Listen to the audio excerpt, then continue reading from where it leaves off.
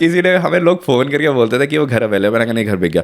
लोग बोलते भाई उसकी तो वास्तु ही बड़ा फाड़ू था। अच्छा वास्तु भी फाड़ू होने लग गया अब। 7 लाख की वर्थ है, पर आप कह नहीं मेरा घर तो ताजमहल है, मुझे 8 लाख ही चाहिए। ठीक है, तो होता है क्योंकि हर को जैसे कि होता है ना, मेरा बेटा सबसे अच्छा है, इसी तरह मेरा घर भी सबसे अच्छा ताजमहल है हमारा घर। ठीक है, तो फिर इसलिए आपको नहीं मेरे को तो ये चाहिए। मैंने तो भाई इसमें सोलर लगाया, सोलर लगाने से भी 50,000 थोड़ी बढ़ रही है, गवर्नमेंट रिबेट अलग दे रही है। सोलर लगाया हमने, है हॉन्टेड कहते हैं यहीं पे इसी एरिया में, विलियम्स लैंडिंग में। अच्छा। तो मैं और मेरा जो कलीग था साथ हम गए, हमने हमारे पास स्पेयर चाबी थी पीछे की दरवाजे की, फ्रंट की तो थी नहीं। हम गए वहाँ पे, पहले नॉक किया, किसी ने दरवाज़ा खोला नहीं, विंडो सारी कवर्ड थी। पीछे से जब एंटर किए हमने कहा चलो ठीक है, नॉर्मल लग रहा था घर, लिविंग में जैसे सोफ़ा वगैरह पड़ा हुआ था। स्लाइड न्यूज़ एंटर किए, अंदर वहाँ गए, जैसे ही कमरा खोला वहाँ पे भाई इतने बड़े बड़े प्लांट्स, सीरियसली बड़े बड़े प्लांट्स अंदर घर के प्लांट्स। और जैसे ये लाइट्स होती है ना, हाँ। ठीक है, लाइट्स लगी प्लांट्स के ऊपर, हाँ। ठीक है, और वहाँ पे बकेट पड़ी हुई पानी के लिए, ठीक है, हर कमरे में ऐसे। तो वो घर ना कम से कम 4-5 बार मार्केट पे आया, हाँ। ठीक है, हर बार बिका भी है, पर उसकी सेल ड्रॉप हो गई है। और ओनर को हमेशा डिपॉजिट मिल जाता था, हाँ। ठीक है, ओनर कहता चल ठीक है मेरे पास 10% डिपॉजिट आ गया, 40-50 हज़ार छोड़ क्या बेचना।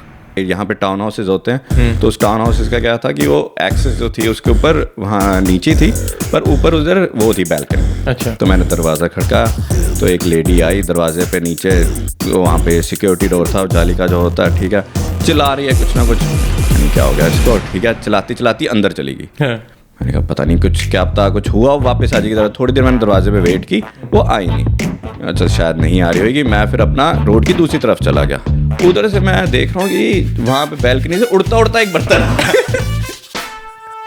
वहाँ से उड़ता उड़ता बर्तन लिटरली रोड पे, सीरियसली मैं वहाँ देख रहा हूँ, मैं कहीं और ऊपर वो चिल्ला रही है बुरी तरह, कुछ ना कुछ बोली जा रही है। अब मैं क्या हो गया इसको, मुझे देख के ही हंसी, क्योंकि उस टाइम मैं होऊंगा अराउंड 18-19 साल का होऊंगा, ठीक है, मुझे ही देख के हंसी हो गया है कि भाई बर्तन आ रहे हैं, कि जिंदगी में पहली बार ऐसा हुआ है कि फिर बर्तन आ रहे हो। उसके बाद एक और बर्तन भाई।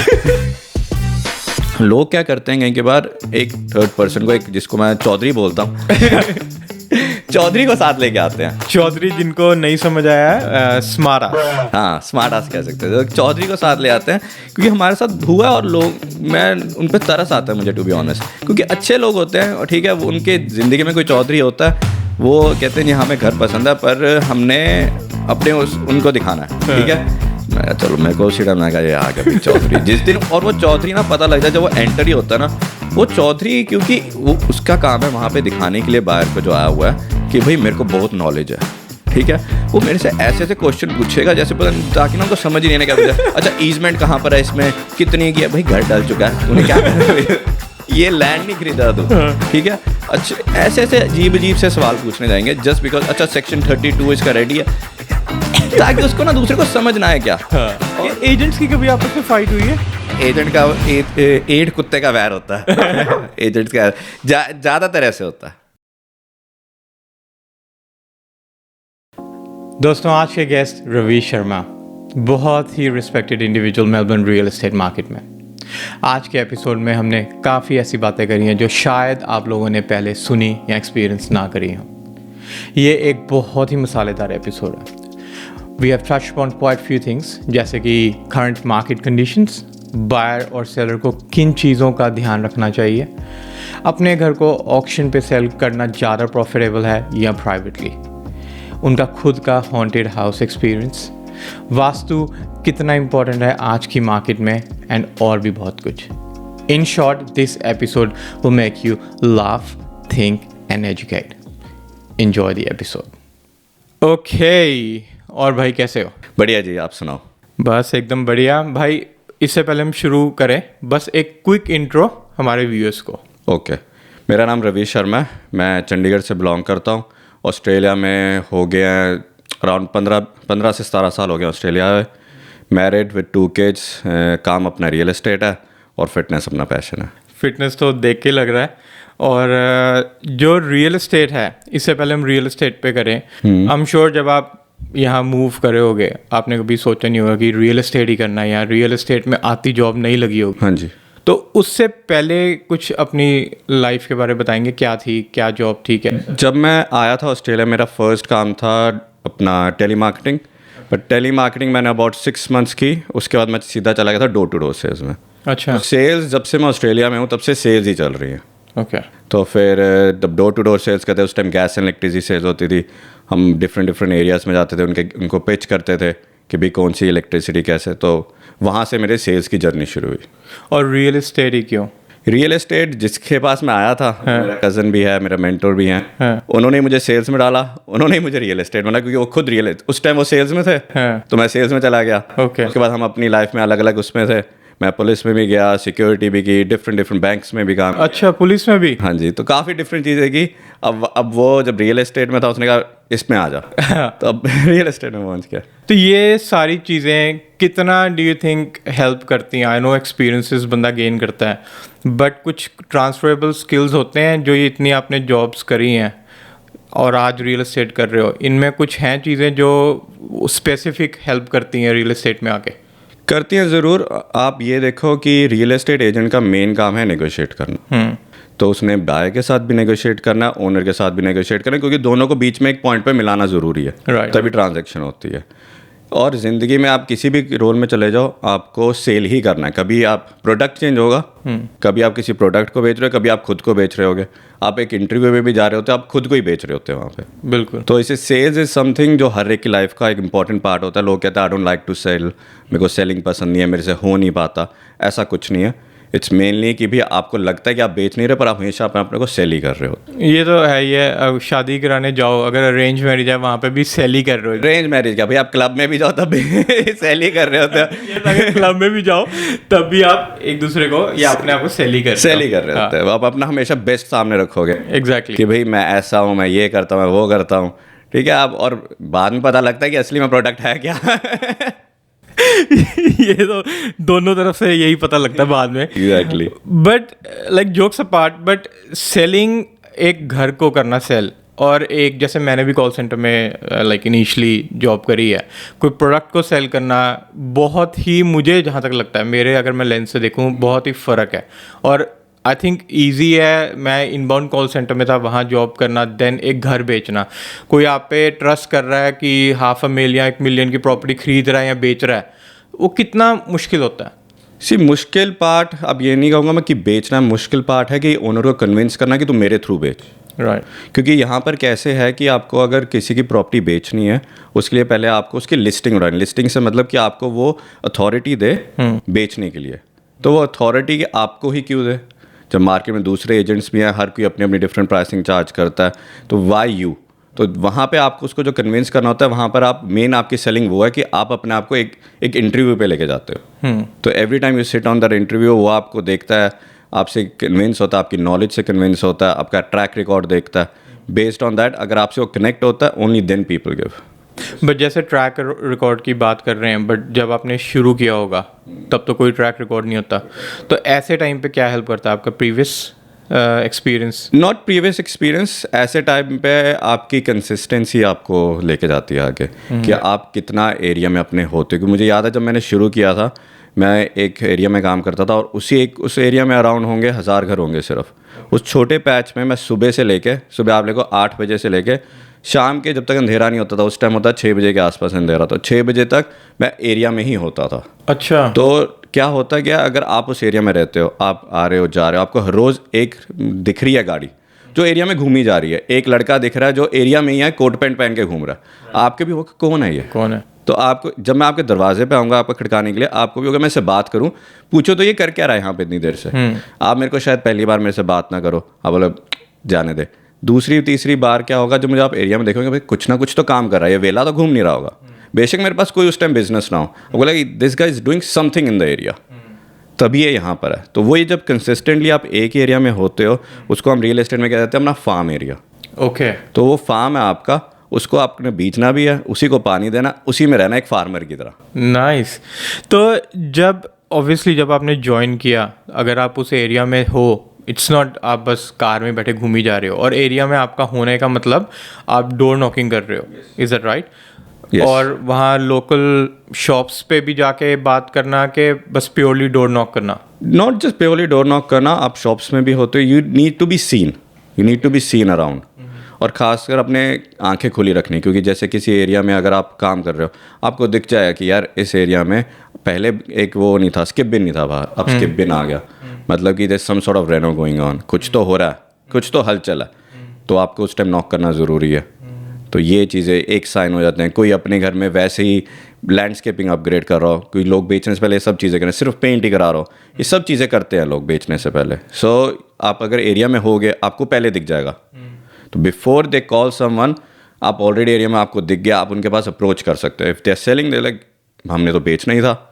और नए बंदे को वैसे कॉल आएंगे नहीं कहीं से, क्योंकि मेरा कुछ ट्रैक रिकॉर्ड नहीं है, मैं कहीं पे कुछ बेचा नहीं, तो मुझे लोग जानते नहीं, तो मुझे लोगों के पास सामने जाना ज़रूरी है। Obviously. एक बार आपका ट्रैक रिकॉर्ड है, फिर तो लोग आपको फ़ोन करके बुला ही लेते हैं। फिर तो नेटवर्क एक तरह का बिल्ड हो जाता नेटवर्क हो जाता है, लोग ऑनलाइन जाते हैं, ऑनलाइन जाके देखते हैं एरिया में कौन काम कर रहा है, कौन बेच रहा है, because then you can see, then people call you, but before that you have to do all the hard yard. But अगर स्किप बिन की बात करें या ओवरऑल जो थोड़ी थोड़ी चीज़ें से पता लगता है, ठीक है, जो क्लूज मिलते हैं, वो एकदम से तो रियल एस्टेट जब आपने शुरू करी आपको मिले नहीं होंगे। ऑब्वियसली आपके साथ कोई होगा जो गाइड कर रहा होगा, या ये उस जॉब से थे जहाँ आपने कहा इलेक्ट्रिसिटी वाली, जहाँ डोर नॉक कर रहे थे, ये वहाँ से ये स्किल काइंड ऑफ एक तरह ट्रांसफ़र हुआ और आपको वहाँ से याद है ओ यार ये चीज़ ऐसे यूज़ कर सकते हैं? डोर नॉक वाली स्किल आप ये लेके चलो, वहाँ से मैंने 2 स्किल्स उठाई। एक तो भी आपके पास थिक स्किन आ जाती है डोर नॉकिंग कर करके। वो कैसे? वो क्या होता है, आपके बड़े इंसिडेंट्स होते हैं, आपके इंस्टेंट होते हैं। जैसे कि आप डोर नॉकिंग पे जाते हो, उस टाइम गैस इलेक्ट्रिक, आप ज़्यादातर रफ एरिया में जाते हो काम करने, क्योंकि रफ एरियाज में इसलिए जाते हो जब, क्योंकि आप किसी के $10 $5 ज़्यादा से ज़्यादा $20 बचा रहे हो गैस इलेक्ट्रिसिटी पे। कोई अगर अच्छे है उससे है, उसके पास अगर है बिजी अब मिला, उसको यार क्या मैं अपनी इलेक्ट्रिसिटी गैस चेंज करूँ, नए सप्लायर के पास जाऊँ, पता नहीं कैसे होंगे कैसे नहीं होंगे, उस बेसिस पे मैं $10 कोई कुछ नहीं करता। तो हम जाते थे रफ एरियाज में। आपको मैं रफ एरिया की बात बताता हूँ, याद है इंसिडेंट, क्योंकि वो इंसिडेंट मेरे साथ ऐसा एक ही हुआ है, उसके मिलते जुलते बहुत हुए हैं। मैं काम कर रहा था, एक एरिया है यहाँ साउथ ईस्ट में मेलबर्न में, डफटन। ओके। अब तो थोड़ा ओके एरिया, उस टाइम मैं आपको बता रहा हूँ अराउंड होएगी 10 साल पुरानी बात है। उस टाइम थोड़ा रफ एरिया होता था वो। तो मैंने वहाँ पे, यहाँ पे टाउन हाउसेज होते हैं, तो उस टाउन हाउसेज का क्या था कि वो एक्सेस जो थी उसके ऊपर वहाँ नीचे थी, पर ऊपर उधर वो थी बैल्कनी। अच्छा। तो मैंने दरवाज़ा खड़काया, तो एक लेडी आई दरवाजे पे, नीचे वहाँ पे सिक्योरिटी डोर था जाली का जो होता है, ठीक है, चिल्ला रही है कुछ ना कुछ। मैंने कहा पता नहीं क्या हो गया इसको, ठीक है, चिल्लाती चिल्लाती अंदर चली गई। मैंने कहा पता नहीं कुछ क्या पता कुछ हुआ, वापस आ जाएगी। थोड़ी देर मैंने दरवाजे पे वेट की, वो आई नहीं। अच्छा शायद नहीं आ रही होगी। मैं फिर अपना रोड की दूसरी तरफ चला गया, ठीक है, क्योंकि वहाँ पे मुझे एक घर में गाड़ी दिखी। मैं कहा यहाँ पे तो होगा कोई ना कोई घर पे, ये वाला खड़का आता है। मैं रोड की दूसरी तरफ गया, उधर से मैं देख रहा हूँ कि वहाँ पे बैल्कनी से उड़ता उड़ता एक बर्तन वहां से उड़ता उड़ता बर्तन लिटरली रोड पे। सीरियसली मैं वहां देख रहा हूँ, मैं कहीं, और ऊपर वो चिल्ला रही है बुरी तरह, कुछ ना कुछ बोली जा रही है। अब मैंने कहा क्या हो गया इसको। मुझे देख के आई हंसी, क्योंकि उस टाइम मैं होऊंगा अराउंड 18-19 साल का हूँ, ठीक है। मुझे आई देख के हंसी, हो क्या रहा है कि भाई बर्तन आ रहे हैं, क्योंकि जिंदगी में पहली बार ऐसा हुआ कि बर्तन आ रहे हो। उसके बाद एक और बर्तन भाई और वो जो गुस्से में थी, और मेरे को आई जाइए हंसी। मैं अभी इस एरिया से ही बाहर निकल गया। मैं कहा कोई जितने, उसने मेरे को भी बाकी लोगों को भी पता लग जाना था, क्योंकि मान लिया था शोर शराबा हो रहा है, ठीक है, ऑब्वियसली बर्तन गिर रहा है यार ऊपर से बैल्कनी से रोड पे, ठीक है, तो फिर आवाज तो आनी है उसकी। तो ऐसे ऐसे इंसिडेंट्स। बट यार अगर नॉर्मल अगर हम देखें, आई थिंक मैं अगर उस एरिया में हूँ, मैं तो कहूँ यार ये करना ही नहीं एरिया। तो रफ एरिया में जाने का पर्पस क्या है? कि यही कि जो वो रफ एरिया तो वो $10-20 भी के लिए वैल्यू प्लस यहाँ पे लोग देख, यहाँ पे ना कंपनीज वो भी निकालती हैं ऑफर। जैसे उस टाइम ऑफर एक चल रही थी कि आप गैस एंड इलेक्ट्रिसिटी के लिए साइन अप करो, आपको $50 कोल्स मैर्स का वो मिल जाता है, गिफ्ट कार्ड। तो इन रफ एरियाज में क्या करते थे हम जाके, हम बोलते भाई $50 का जो वाउचर है तेरा, जो तो गिफ्ट कार्ड है यूज़ कर सकता है कोल्स में, बोलते भाई जा तू लिकर लैंड जा। उनको होता था उनकी बोतल आज लगी। तो एक वो जो इलेक्शन वाला सीन होता था इंडिया में कि बोतल दो और वोट ले लो, वो हर जगह चलता है। हम ये देखे साइन अप करवा लेते थे। हर जगह सेम कहानी चलती है। तो नहीं, ये तो लाइक वेरी स्मार्ट। तो अगर हम, तो ठीक है ये स्किल्स आए, हाँ जी, बट नॉर्मल रियल एस्टेट में एंट्री पॉइंट के लिए, आई डोंट नो आपने सुना आजकल ना एक बड़ा वो चल रहा है कि कई जो ओल्ड अपने क्रिकेटर्स हैं ना इंडियन टीम के, वो कई बार थोड़ा सा इस चीज़ पे आर्ग्यू करते हैं या पॉइंट रखते हैं कि अगर किसी की सिलेक्शन नहीं हुई है तो मे बी शायद इंडियन टीम का क्राइटेरिया है 6 पैक और टैटूज। ठीक है, वो इस वजह से मतलब बोलते हैं क्योंकि सब ने आजकल हो गया शुरू। हाँ, तो मैं यहाँ पे भी एक ये ट्रेंड देख रहा हूँ कि क्या रियल एस्टेट में आने का एक जो प्री रेक्विजिट या क्राइटेरिया है, फ्लैशी कार्स, टैटू, क्या ये सब यहाँ पे भी है? क्योंकि आपने भी टैटू कराया हुआ है, कार आपके पास भी फ्लैशी है, तो क्या ये होनी जरूरी है, स्पेशली कार? ज़रूरी नहीं है। देखो, जब मैंने शुरू किया था, मेरा स्टार्टिंग का जो टाइम था, मेरे पास कोई फ्लैशी गाड़ी नहीं थी। वही जब सबके पास जो होती है normal car A to B लेके जाने के लिए, वही नॉर्मल फैमिली कार थी। और मैंने कम से कम 1.5 साल उसी गाड़ी के साथ किया। और उस टाइम भी अच्छा काम किया। ऐसा नहीं है कि मुझे अब गाड़ी की वजह से कि भाई मुझे मिल रही हैं, क्योंकि उस टाइम आप ये देखिए कि आपके पास ऑलरेडी स्टार्टिंग में सोर्स ऑफ इनकम इतना होता नहीं रियल एस्टेट में, क्योंकि आपकी प्योरली कमीशन बेस्ड होता है। यूजुअली सेटलमेंट्स होती हैं 3-3 महीने के बाद, तो नई के लिए तो प्रीटी में 6 महीने का आप स्टार्टिंग में लेके चलिए बैकअप। तो उसी में आप अपने ऊपर इतना स्ट्रेस डालोगे। स्ट्रेस डालने के बाद क्या होगा, आपको होगा भी यहाँ से इनकम नहीं आ रही, आप कहीं और पे कोई और साथ में पार्ट टाइम जॉब कर लो जहाँ से आप अपने एक्सपेंसेस अफोर्ड कर सको। उसमें क्या है, आप अपनी कॉन्सेंट्रेशन हटा देते हो। क्योंकि लोगों ने किए हैं गलतियाँ स्टार्टिंग में, फिर मेरे साथ की थे। फ्लैशी गाड़ी उन्होंने साथ के साथ ले ली, बीमर लेके आ गए, लोन पे मिल गई। तो वो क्या करते थे, सुबह तो आ जाते थे काम पे, 2 बजे तक वो निकल जाते थे दूसरा काम करने के लिए। अच्छा। और होता क्या था, मेनली लोग तो 2 बजे तक, 3-5 बजे तक तो घर पे ही नहीं आते अपने। क्योंकि रियल ये तो रफ एरिया में तो ठीक है, सारे दिन में घर में है। ये तो आपको वो होम ओनर्स चाहिए ना। एग्जैक्टली, रफ एरिया में घर तो बेचोगे नहीं। हाँ। तो यहाँ पे तो आपको ओनर्स चाहिए जो और वो होते हैं सारे वर्किंग। तो वो अगर काम पे बिजी हैं तो आप उनसे बात कब करोगे। वो मेन जो हमारा ट्रांजैक्शन का टाइम होता ही शाम का था। ओके। और उस टाइम वो चल जाते हैं दूसरी जॉब करने के लिए। हाँ, तो उधर से फोकस भी लूज होता है। और मेरे को लिस्टिंग्स मिली हैं, लोगों ने मेरे को कभी गाड़ी देख के नहीं, क्योंकि आपको यस आप गाड़ी देख के थोड़ा इंप्रेस जरूर कर दोगे, लोगों को लगेगा इस बंदे को काम हो गया, इंडस्ट्री में काम करते हुए तभी ऐसी गाड़ी चला रहा है, तो इसको पता होगा नॉलेज। पर जैसे आप मुंह खोलोगे पता लग जाएगा कि कितनी आपका नॉलेज है, कितनी नहीं है। और वो एक्सपीरियंस से आएगी, ठीक है, और बुक्स रीड करके आएगी, नॉलेज गेन करके आएगी। तो आजकल तो पॉडकास्ट भी बड़े आते हैं, वो सुन के आती है नॉलेज। नॉलेज लेने का आना चाहिए कि कहाँ से लेनी है। जैसे हमारी पॉडकास्ट है, हमारा भी पर्पस यही है। There you go.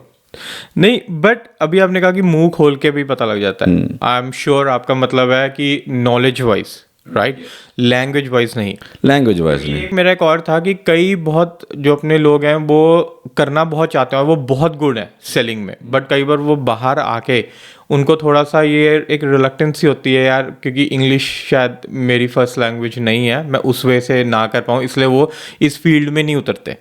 क्या इंग्लिश ये मिथ है? भाई ये सबसे बड़ा मिथ है। आपको ये तो रियल एस्टेट तो बहुत छोटी चीज़ है, ठीक है। पहली चीज़ तो ये है कि भाई पैसे की लैंग्वेज हर कोई बोलता है। बिल्कुल, ठीक है। सो ऐसा कोई नहीं कि, और पैसा का इसलिए सब कुछ है इन दी एंड। आप ये देखो, मैंने ट्रांजेक्शन्स की हुई हैं। एक क्लाइंट है हमारा जिसको मेरे से अराउंड 10 प्रॉपर्टियाँ खरीद चुका है। वो चाइनीज़ है और वो सारी प्रॉपर्टियाँ कैश पे खरीदता है। ऑस्ट्रेलिया में कोई काम नहीं है उसका, सारा काम चाइना में है। तो वहाँ से वो सारा फंडिंग उसकी आती है और सारी कैश पे प्रॉपर्टी, और सारी जो ट्रांजैक्शन हुई हमारे उसके थ्रू हुई है, ऐप के थ्रू। अच्छा। उसको बेसिक्स ही आती है, वो जो नंबर्स पता है वो नंबर बोलता है मुझे, उसके आगे पीछे क्या करना है वो तो ऐप से हो ही जाता है। नंबर से समझ आता है। आप ये देख लो पूरे वर्ल्ड में चाइना कितना बिजनेस करता है। बहुत। इंग्लिश कोई उनकी बहुत बड़ी वो है, क्या कहते हैं। हाँ, उधर तो लाइक हार्डली तो सारा बिजनेस कर रहे हैं ना, कैसे हो रहा।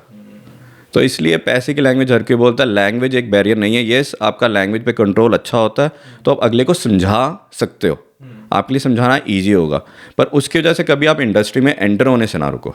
ओके। सो फ्लैशी कार्स होना जरूरी नहीं है, लैंग्वेज, चलो ये दो एक बड़े वो मेन पॉइंट है।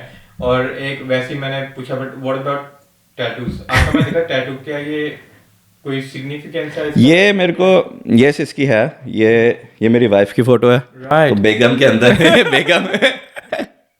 ये मेरे 2 बच्चे और वाइफ के पीछे हाथ, ये उनकी हाथ की फोटो है।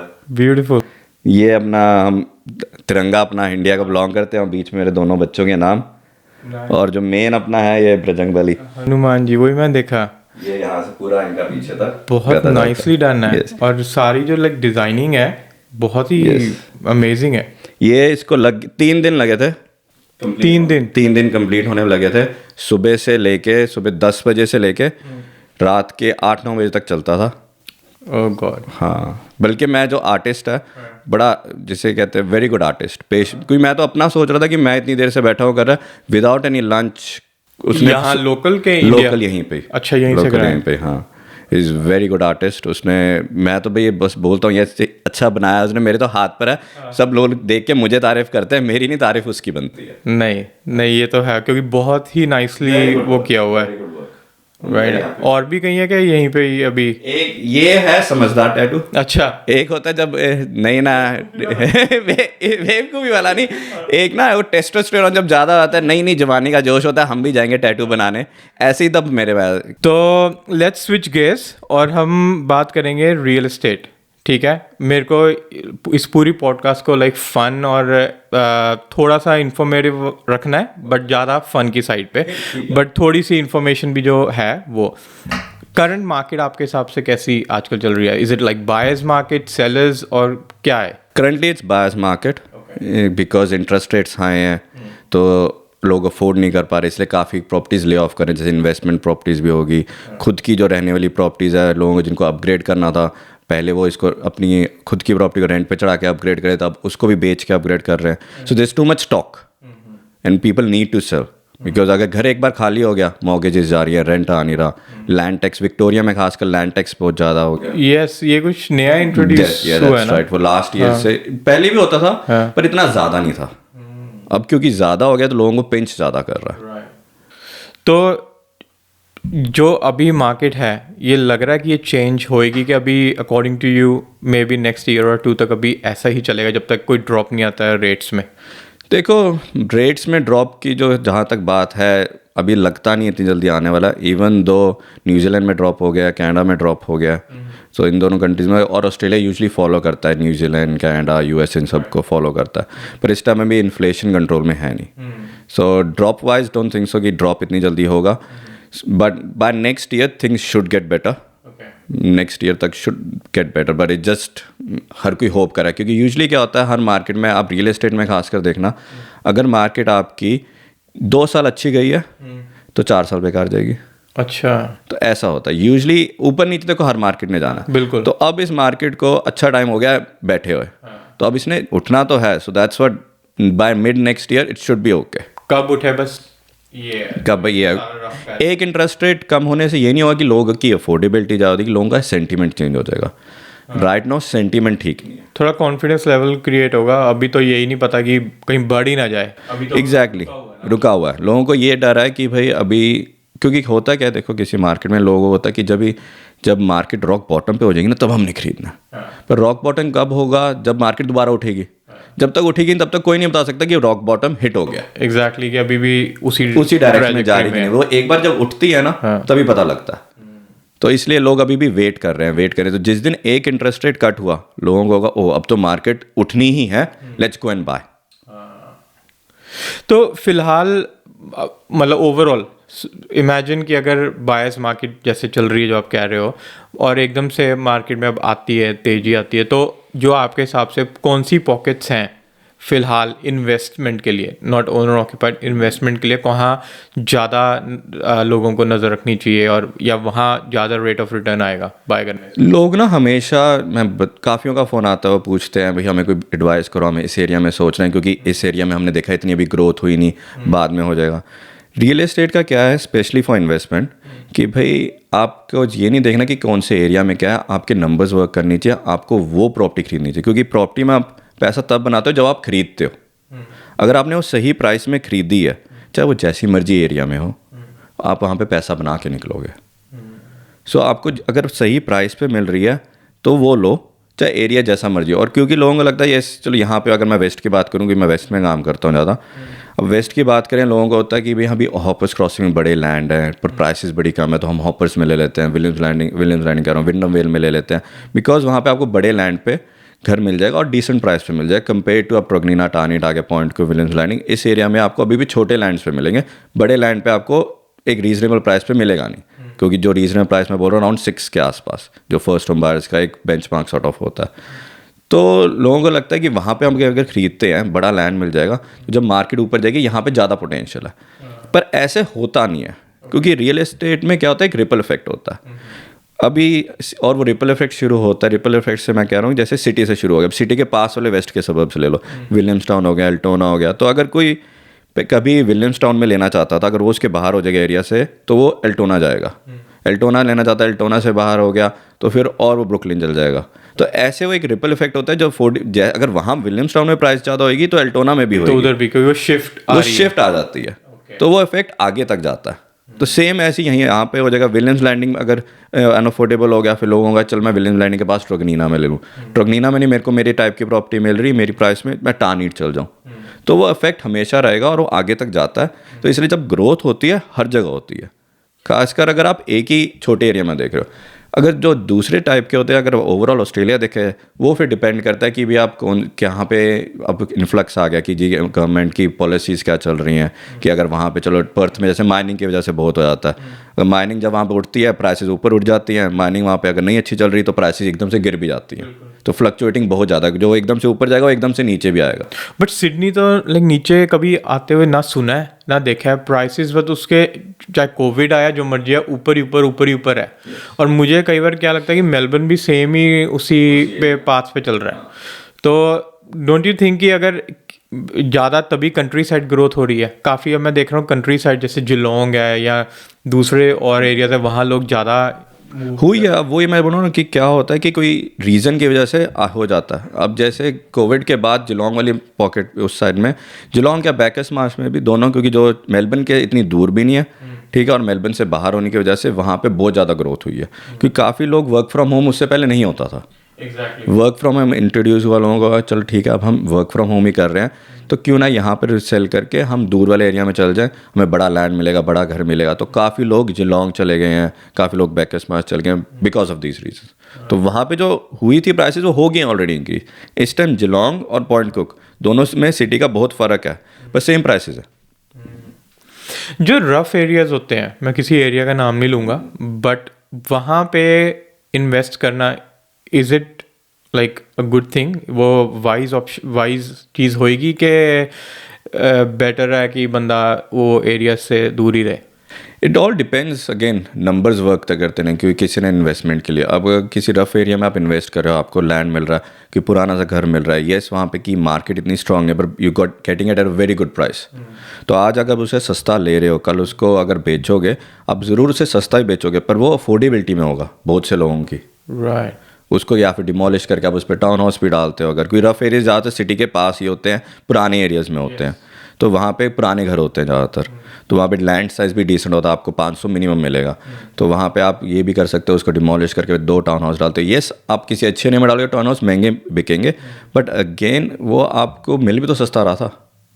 तो आपकी इन्वेस्टमेंट कम हुई है, रिटर्न आपका सेम हुआ। आपने सस्ता लिया, सस्ता बेचा, वहाँ पे आप महंगा लेके महंगा ज़रूर बेच रहे हो, आपने ज़्यादा पैसे डाले फॉर सेम रिटर्न।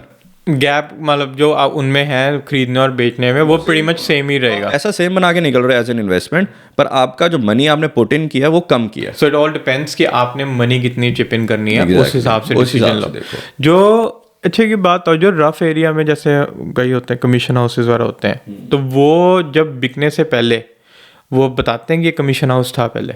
नहीं, वो नहीं होता, वो उसका कोई वो लॉ है नहीं कि बताना ज़रूरी कि वो कमीशन हाउस था कि नहीं। क्योंकि जो कमीशन हाउस होते हैं वो होते हैं अपना डिपार्टमेंट ऑफ हाउसिंग का, विक्टोरिया के। सो डिपार्टमेंट ऑफ हाउसिंग के घर ज़रूरी नहीं है कि भाई कमीशन हाउसेज होने के बाद भी कि उसमें कैसे लोग रह रहे हैं। उसमें पेंशनर्स भी हो सकते हैं रह रहे हो, कोई डिसेबिलिटी वाला भी हो सकता है रह रहा हो। So lot of things. और आजकल एक बड़ा NDIS की जो चल रही है उसके अंडर अगर कोई इन्वेस्ट करना चाहे, डू यू थिंक वो बेनिफिशियल है कि नहीं उसमें नहीं इतना? इट्स मैं ये नहीं कहूँ कि बेनिफिशियल नहीं है, बेनिफिशियल है, पर वो हर एक का डिफरेंट वो है कि आपने किस तरह। क्योंकि NDIS प्रॉपर्टी में वो करना, इन्वेस्ट करना, it's not a residential investment, it's more of a commercial investment like a business. मतलब तो इसमें होता क्या है कि आप जैसे अगर आप रेजिडेंशियल प्रॉपर्टी लेने जा रहे हो, उसका लोन कराना होता है, आप जाओगे, उसका एक नॉर्मल लोन होगा, it won't be a commercial, it be simple residential home, ठीक है। उसमें आप देखोगे हाँ नॉर्मल रेंट आपका जो आता है फॉर एग्जांपल $400 पर वीक, वो $400 पर वीक पे रेंट पे जाएगी, this is going to be your rental return, और बैंक उस हिसाब से आपकी एप्लीकेशन असेस करेगा। जब आप स्पेसिफिकली NDIS प्रॉपर्टी खरीदते हो तो उसमें ये चीज़ें वर्क नहीं करती। बट वो क्यों?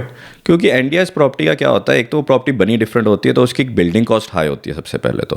ओके। वो नॉर्मल बिल्डिंग रेजिडेंशियल नहीं होती, उनके दरवाजे चौड़े करने पड़ते हैं। हर जैसे इंटरनल डोर्स यहाँ पे यूजली 720 820 होगा, उसके सारे के सारे जो दरवाजे हैं आपको मिनिमम से मिनिमम 820 रखने होते हैं। अच्छा, तो बड़ी चीज़ें, और रैंप होना चाहिए फ्रंट पे, बड़ी चीज़ें होती है छोटी छोटी अकोमोडेट करने के लिए। हाँ, तो फिर बड़ी सारी चीज़ें होती हैं, तो इसलिए आपकी कंस्ट्रक्शन कॉस्ट हमेशा ज़्यादा होती है। पहली चीज़ ये। दूसरी चीज़, जब आप बैंक के पास जाते हो, अब कंस्ट्रक्शन कॉस्ट हाई होगी, तो बैंक जब आपको देखेगा भाई इसका मैं लोन दूँ, तेरे को तेरी कंस्ट्रक्शन इतनी ज़्यादा, you are going way too much, तो मैं कैसे इसकी वैल्यूएशन स्टैकअप करूँ? तो नॉर्मल रेजिडेंशियल होगा नहीं, तो फिर इसमें क्या होता है, एंड इंडियाज होम्स इनका रेंटल ज़्यादा होता है, and they get rented out on room to room basis, अच्छा, not as a whole house.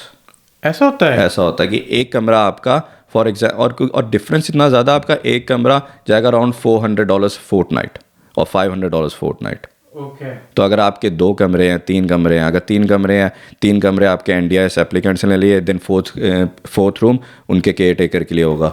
तो वो मतलब एक घर में 2 या 3 Yes. अननोन रह रहे हैं। अननोन रहते हैं, एक केयर टेकर हो जाता है, जैसे 2 के ऊपर एक केयर टेकर, तो 3 बेडरूम का है, जिसमें 2 हो गए वो एनडीएस एप्लीकेंट्स और एक हो गया उनका केयर टेकर।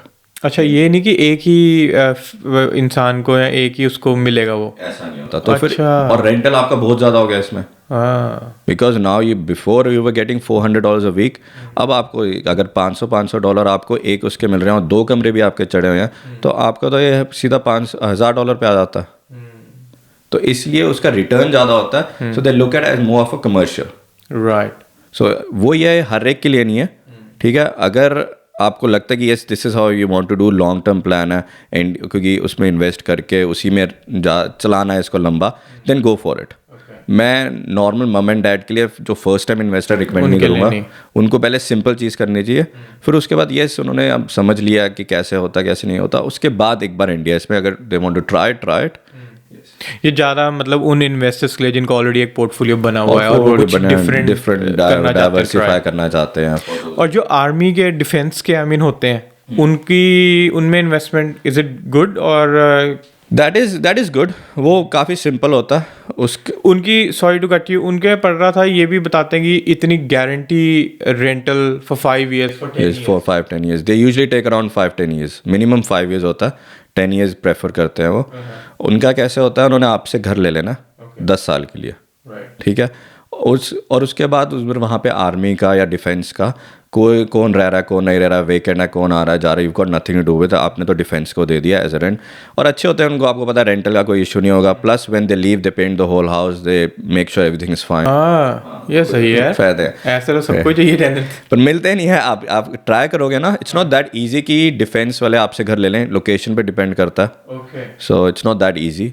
और अगर आई डोंट नो इफ अगर आपको इसमें नॉलेज है, क्योंकि मुझे लगता है ये बहुत स्पेसिफिक एक नीश है, बट अगर मैंने इन्वेस्ट किया उसमें से 10 years की, मैंने उनको कह दिया कि हाँ गारंटीड ये सब है, अगर मैं उसमें पहले ही सेल करना चाहूँ, मैं कर सकता हूँ उससे पहले ही? You can still sell it because it's still a normal lease, still a normal lease, yes, but you have to sell it as an investment property. Yes, obviously क्योंकि उनका already lease signed है, हाँ, lease already signed है, तो आप उसको without उसके नहीं बेच पाओगे।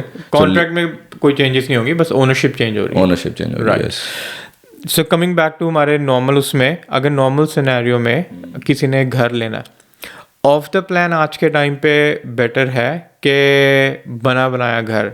आई नो बिल्डिंग कॉस्ट इस टाइम बहुत ऊपर जा चुकी है, बट वैसे भी फिर भी फ़ायदा किस में है? क्योंकि आई थिंक अगर आप लैंड लेते हो, you save on stamp duty या कई और चीज़ें, यू नो बेटर, किस में ज़्यादा फ़र्क है, फ़ायदा है?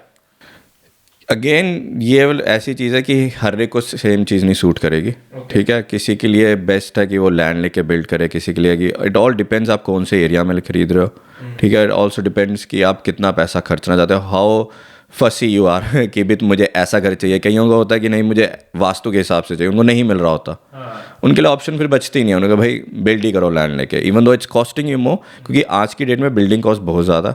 तो अगर आप सेम घर रेप्लिकेट करने जाओ जो आपको मिल रहा है, जो 2-3 साल पुराना, ज़्यादा पुराने में सिर्फ 2 साल पुराना, जिसमें ज़्यादा कुछ हुआ भी नहीं होता घर में, इतना कोई डेप्रिसिएशन भी नहीं हुई होती उसकी, उस घर को अगर आप सेम आज बिल्ड करने जाओ, you'll be spending for a 30 square house अगर आपको मिल रहा था वो 7 लाख का, और अगर आप सेम एरिया में सेम लैंड पे वो अगर बिल्ड रेप्लिकेट करने जाओ तो आपको इजीली आप $1,00,000 ऊपर लेके जाओगे, even though you saving on stamp duty, but आप स्टिल बिल्ड में इतना पैसा खर्च दोगे।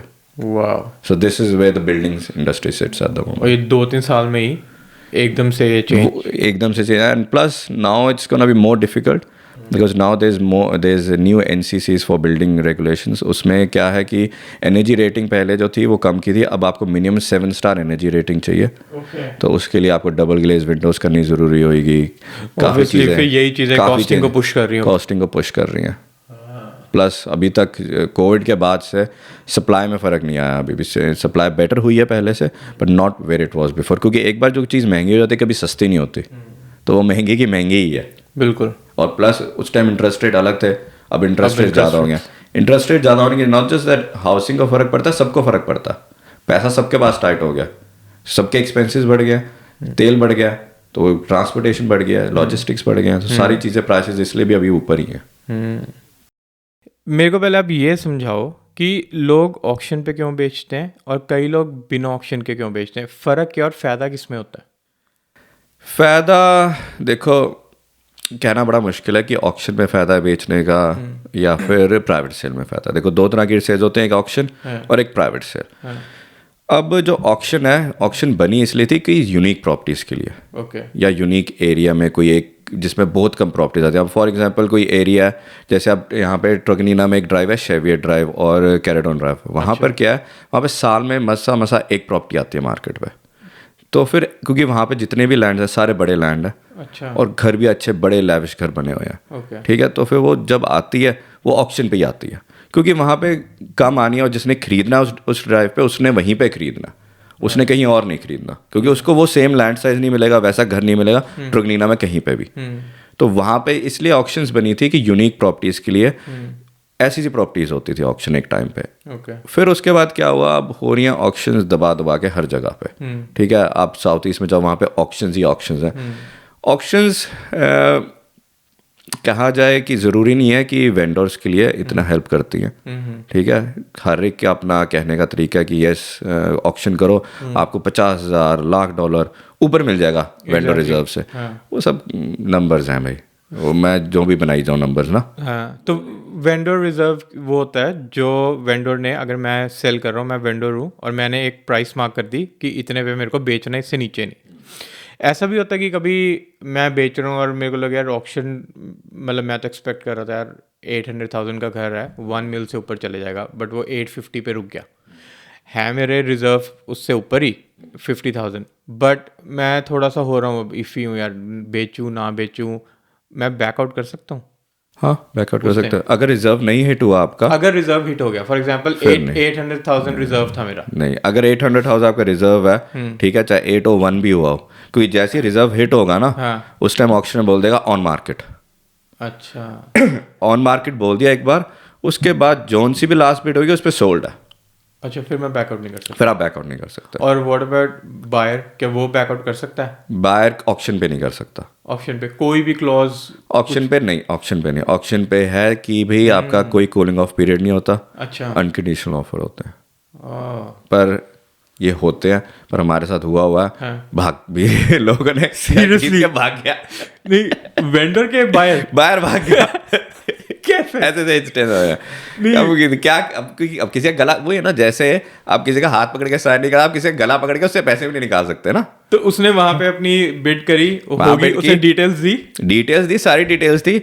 अब ऑक्शन का क्या होता है, या 5 या 10% डिपॉजिट होता है, ठीक है, और अच्छी प्रॉपर्टी थी, और मैंने उस टाइम रियल एस्टेट शुरू ही किया था, स्टार्टिंग की बात है, विलियम्स लैंडिंग में प्रॉपर्टी थी, ऑक्शन हुई, ऑक्शन पे प्रॉपर्टी बेच दी, अपना अच्छा बायर था, हम भी खुश, चलो very good vendor, because everyone खुश, सोल्ड का स्टिकर लगा दिया, शैम्पेन खुल गई, सारों ने एंजॉय किया। अपना डिपॉजिट कॉन्ट्रैक्ट हो गए, कॉन्ट्रैक्ट साइन हो गया। डिपॉजिट की जो बात हुई, डिपॉजिट कहता कि भाई मेरे पास 10% नहीं है अभी, मेरा पैसा आना है ऐसे ऐसे करके, ठीक है, अभी मैं तुम्हें $10,000 दे देता हूँ डिपॉजिट, बाकी जो है हफ्ते में दे दूंगा। मैं चल ठीक है, $10,000 तो आ रहा है, कोई ऐसे 10 यहाँ पे लोग $5 नहीं छोड़ते, 10,000 भी कौन छोड़ता है। तो $10,000 डिपॉजिट दिया। डिपॉजिट देने के बाद उसके बाद जब बाकी डिपॉजिट आना था, कहता मेरी तो प्रॉब्लम हो रही है, मेरे को तो फाइनेंस नहीं मिलेगा, मेरा ये पंगा पड़ रहा है, मेरा पैसा ये वो 100 कहानियाँ। हमने कहा ये तो क्या कहानी खराब होगी, बस फिर वो प्रॉपर्टी बिक नहीं आती। पर और लोग सोचते हैं चल ओनर तो ठीक रहेगा ना, $10,000 मिल गया भाई, पर वो प्राइस तो नहीं मिलेगी ना अब उसको, क्योंकि वो कैंप अब मार्केट चेंज हो जाती है, ज़रूरी नहीं वो सेम प्राइस मिले। ऊपर से होता क्या है, आपका सारा कैंपेन खराब हो गया। जो उस प्रॉपर्टी को लेके इंटरेस्टेड थे लोग, ठीक है, अब आपने महीने का 1.5 महीने का ऑक्शन का दिया, अब 4-5 हफ्ते का कैंपेन होता है, 4-5 हफ्ते का कैंपेन हुआ जिसमें आपने लोगों को इकट्ठा किया, इंटरेस्ट जनरेट किया, फिर ऑक्शन की, वो सारा ज़ीरो हो गया। क्योंकि हाँ ऑब्वियसली अगर मैं कल को रिसर्च कर रहा हूँ और मैं कहूँगा ये प्रॉपर्टी दोबारा मार्केट पे आई है, वो थोड़ा से वो नेगेटिव थॉट आएगा। अगर आपके नहीं भी आएगा ना नेगेटिव और आप बायर हो मार्केट में, दूसरा एजेंट पता क्या बोलेगा, जो वो डाल देगा, बोलेगा यार इसमें स्ट्रक्चरल फॉल्ट था, अच्छा इसमें ये है, इसमें भूत है, इसमें कोई मर गया था, ऐसे ये अजीब अजीब सी कहानियां बनाते हैं लोग। हर भाई हमने ऐसी ऐसी कहानियां सुनी है, ये सारी कहानियाँ सुननी है, और ये इनमें से कुछ मेरे पास हैं भी जो मैं आपसे पूछना चाहता हूँ। बट उससे पहले मेरे को ये बताओ कि जो जब ऑक्शन चल रही है, अब मैं ही वेंडर हूँ, ठीक है, तो मैं अगर अपने किसी फ्रेंड को खड़ा कर दूँ लाइक डमी बिडर, तो ये भी क्योंकि टर्म काफ़ी यूज़ होती है, तो उसमें आप वैसे करते हैं, कितना फ्रीक्वेंट है ये? बहुत फ्रीक्वेंट है, बहुत करते हैं। बहुत देखा हमने लोगों को करते हैं, मैंने खुद देखा है एक हमने खुद ही देखा, बहुत देखा, हाँ काफ़ी एजेंसीज का देखा। तो अगर फॉर एग्जांपल डमी बिडर ने बिड कर दी, उसके बाद और कोई बिड ही नहीं हुई, क्या वो लायबल होएगा लेने के लिए? पर वही है ना, एजेंट्स भी स्मार्ट होते हैं, ठीक है। अब अगर आपका रिजर्व ही 8 लाख का, वो डमी बिडर को 8 लाख से ऊपर ही नहीं जाने देंगे, ओके, तो कभी प्रॉपर्टी होएगी ही नहीं। वो 8 लाख से ऊपर जाने ही नहीं देंगे डमी बिडर को। तो वैसे ही ये चीज़ें लीगल हैं? बिल्कुल लीगल नहीं है, बट ये डमी बिडर लीगल नहीं है। इन्होंने शुरू किया था पहले, काफ़ी टाइम क्या पहले, अभी भी होती है, अपना वो करते हैं, क्या कहते हैं उसको, अंडर कोट।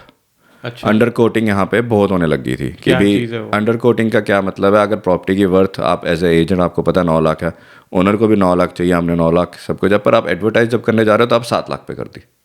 ओके, लोगों को बोला कि लोगों इंटरेस्ट क्रिएट होगा, लोगों को भी लगे, सबको पता होता है, इंटरनेट है, सबको ही निकाल लेता है कितनी वैल्यू घर की होएगी। लोगों को लगता है 9 लाख की चीज़ 7 लाख में मिल रही है, let's go and get it.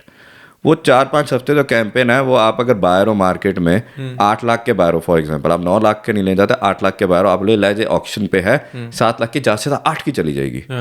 मैं कुछ नहीं लेता अभी, मैं 4-5 हफ्ते इसकी वेट करता हूँ। वो बायर बेचारा 4-5 हफ्ते वेट करता, ठीक है, जब ऑक्शन पे चीज़ें जाती हैं वो 8 लाख की है, वो जाके 9 लाख की बिकती है, तो जितनी उसकी वर्थ है। वो एक तो दूसरी प्रॉपर्टीज पे लूज आउट कर जाता है। और इस चक्कर में फिर क्या हुआ कि लॉ निकल गया, कंज्यूमर अफेयर्स जो देखती है सारा रियल एस्टेट को, कि भैया अंडर कोटिंग अलाउड नहीं है। अच्छा, पर अगर आज भी आप मेरे से पूछो, आज भी हो रही है, आज भी होता है, आज भी हो बट जब साइन आप ऑब्वियसली कोई पहले डॉक्यूमेंट साइन कराते हो गए, अगर मैंने अपना घर बेचना है तो मैं कहूँगा यार ये इस प्राइस से नीचे नहीं। यस, वो यार हर, अब क्या है क्या कि लोगों को कोई आप चीज़ नया लॉ आएगा ना, ठीक है, अब ये नया लॉ आ गया, अंडर कोटिंग अलाउड नहीं, उसमें फिर लोग लूप होल निकालते हैं। लूप होल निकालते थे, हम लूप होल उसमें क्या करते हैं, ऑक्शन अथॉरिटी में आपने लिखना पड़ता है कि रिजर्व क्या है। ओके, रिजर्व आप लिख देते हो टू बी एडवाइज्ड। तो फिर वही, मैंने तो वहाँ पे लिखा ही नहीं ना क्या रिजर्व है, अभी तो हम देखेंगे कैंपेन कैसे जा रहा है, एंड में डिसाइड करेंगे ऑक्शन डे वाले दिन। In your opinion private sale ज़्यादा बेटर है क्या वैसे ऑक्शन पे? अगर यूनिक प्रॉपर्टी नहीं है ना आपकी, you better of going on private sale. तो जब आप यूनिक कहते हो, क्या उसमें ऐसा यूनिक इन द सेंस, जैसे मैंने आपको बताया कैरेटन ड्राइव है, जैसे वहाँ पे क्योंकि वहाँ पे देखो प्रॉपर्टी हर दूसरे दिन नहीं आ रही, इतने बड़े लैंड साइज नहीं है एस्टेब्लिश पार्ट में ट्रकनीना में, तो फिर उसको लेने के लिए जो बाहर आएगा वो हर रोज़ नहीं आता, क्योंकि वो स्पेसिफिकली वैसी ही चीज़ ढूंढ रहा है। तो उसको अगर वो चीज़ मिल रही है ना, तो वहाँ पे बिडिंग बेटर रहती है, ऑक्शन बेटर रहती है, क्योंकि वहाँ पे क्या होता है, वहाँ पे एक फाइट सी जनरेट हो जाती है कि मेरे को आज ये मिल रही है, अगली प्रॉपर्टी साल बाद आए, 2 साल बाद आए, पता नहीं, तो मुझे इसको ले लेता हूँ। अगर आज मुझे थोड़े से ज़्यादा भी देने पड़ रहे हैं, मैं ले लेता हूँ, क्योंकि मुझे पता है यूनिक चीज़ है। बट वही है ना कि जिसका घर होता है उसके लिए वही यूनिक होता है, तभी हम आजकल ज़्यादा ऑक्शंस अपने राउंड देख रहे हैं।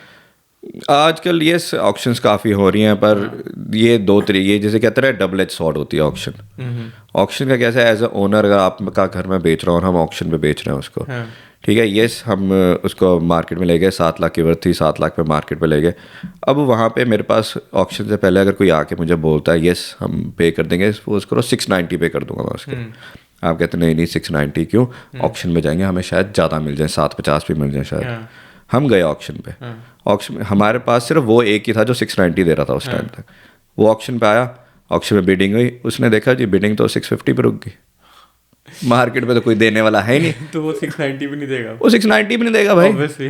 वो तो कह रहा है भाई मैं क्यों दूँ अब, उसको क्या लगेगा क्या मैं ओवर पे तो नहीं कर रहा था इसके। आजकल आई थिंक ये भी बड़ा होता है कि रियल एस्टेट वाले मेरे को, क्योंकि ये मुझे इसलिए पता, मुझे ही कॉल आई थी रिसेंटली कि ऐसे आपके घर के पास ही एक ऑक्शन हो रही है, हाँ तो आप पहले मार्केट में थे, अभी भी हो इंटरेस्टेड? मैं कहा नहीं हो, तो कहते हैं वैसे ही आ जाओ देखने, हाँ भीड़ इकट्ठी कर लो ताकि वो लगे कि बहुत लोग आए हैं, बहुत लोग देखने हैं। आए हैं। यस, ये सारी वही स्ट्रेटजीज होती हैं, सारी स्ट्रेटजीज होती हैं ओनर को भी दिखाने के लिए, यस हमने देखो कितने लोग इकट्ठे किए। ठीक है, इसमें क्या होता है एज एन ऑक्शन ओन जो एजेंट है ना उसका काम थोड़ा सा इजी हो जाता है। आप अगर अनरियलिस्टिक हो, आप अगर 7 लाख की वर्थ है पर आप कह रहे नहीं मेरा घर तो ताजमहल है, मुझे 8 लाख ही चाहिए ठीक है, तो होता है कि हर ने को जैसे क्या होता है ना, मेरा बेटा सबसे अच्छा है, इसी तरह मेरा घर भी सबसे अच्छा ताजमहल है हमारा घर। ठीक है, तो फिर इसलिए आपको क्या नहीं मेरे को तो ये चाहिए, मैंने तो भाई इसमें सोलर लगाया, सोलर लगाने से भी 50,000 थोड़ी बढ़ रही है, गवर्नमेंट रिबेट अलग दे रही है सोलर लगाया हमने। तो फिर इसमें लोगों को अगर रियलिटी दिखानी हो ना, उनको दिखा दो भी, ऑक्शन पे गए वो खुद देख लेते हैं यार यहाँ पे तो मेरे घर के कोई 7 लाख नहीं दे रहा, तो खुद ही उनको पता लग जाता है भाई यस मैं कहीं ना कहीं गलत ही एक्सपेक्ट करके बैठा हुआ था। एक और पूछना था, एक मेरे ही क्लोज घर के एक घर है, वो हर 3 months बाद ना लिस्ट हो रहा है डिफरेंट एजेंट्स के साथ। तो या तो उसको अपनी प्राइस नहीं मिल रही है, उसकी डिमांड बहुत हाई है, बट ऐसे में मैं ये पूछना चाहता हूँ एजेंट्स ठीक क्यों नहीं गाइड करते हैं? क्योंकि correct me if I am wrong, मेरा ये ओपिनियन है, अगर मैंने आपके साथ अपना घर लिस्ट किया 3 months बाद मैं किसी और के साथ कर रहा हूँ, बट वो बार बार रियल एस्टेट या ऐसी साइट्स पे तो आ रहा है, तो वो एक बैड इंप्रेशन नहीं छोड़ता जो बायर होगा, ये घर बार बार लिस्ट हो रहा है और ये बिक भी नहीं रहा, मार्केट में ही है, पक्का कुछ गलत होगा। तो ऐसे में डोंट यू थिंक कि एजेंट्स को गाइड करना चाहिए, या उनको होता है यार कोई ना लिस्टिंग मिल रही है तो व्हाई नॉट? क्या होता है कि अंकुश की बतेरी बार ना लोग ठीक है वो नहीं बोलते, ठीक है, जो उनको बोलना चाहिए और जो उनको किसी को बताना चाहिए वो बोलते हैं जो उनको सुनने में अच्छा लगेगा दूसरे बंदे को। अगर मैं आपको कभी बोलने आऊँगा ना, सपोज करो मैं आपके पास आया हूँ आपकी घर का अप्रेजल करने, अभी आप रेडी नहीं हो बेचने के लिए, यू वर जस्ट थिंकिंग, और अभी आपने घर दूसरा खरीदना है, तो मैं आपका जी हाँ जी घर 8 लाख की वर्थ है, आपको घर मिल गया दूसरा, आपने सोचा चल मैं इसको बेच देता हूँ। मैं आपके पास आऊँ ठीक है 3 महीने बाद और बोलूँ अंकुश यार अब तेरे घर की वर्थ 850 है, वेरी गुड रविश, यस यस यस, यही मैं आगे बोल दूँ यार तेरे घर की वर्थ 750 है, क्या बेकार फुद्दू बंदा ठीक है, वो सीधा बोल देगा कि भाई इसको मार्केट का पता ही नहीं है क्या फुद्दू बातें कर रहा। ठीक है, तो लोगों को ये सुनना पसंद नहीं है, जितनी बार मैं बोलूँ ये 850 बोलूँगा हीरा बंदा है भाई, इसी से यही यही बेस्ट एजेंट है। तो इसलिए ना लोगों को सच सुनना इतना अच्छा लगता नहीं है, इसलिए लोग अब एजेंट वहाँ पे, अब पहले वाले ने जब लिस्ट कर दिया, अब वो पहले वाले ने अगर लिस्ट किया था 7 लाख पे, अगर 7 लाख पे नहीं बिका, अब मैं जाके उसको बोलूँ भाई तेरा घर तो वर्थ ही 6 लाख के, चल निकल तू यहाँ से, टाइम वेस्ट, एंटरटेन ही नहीं करेगा। तो फिर वो क्या कहेगा चल यार मेरे को पुराने ने इतनी ट्राई की है तो मुझे भी अब इतनी ट्राई करनी पड़ेगी।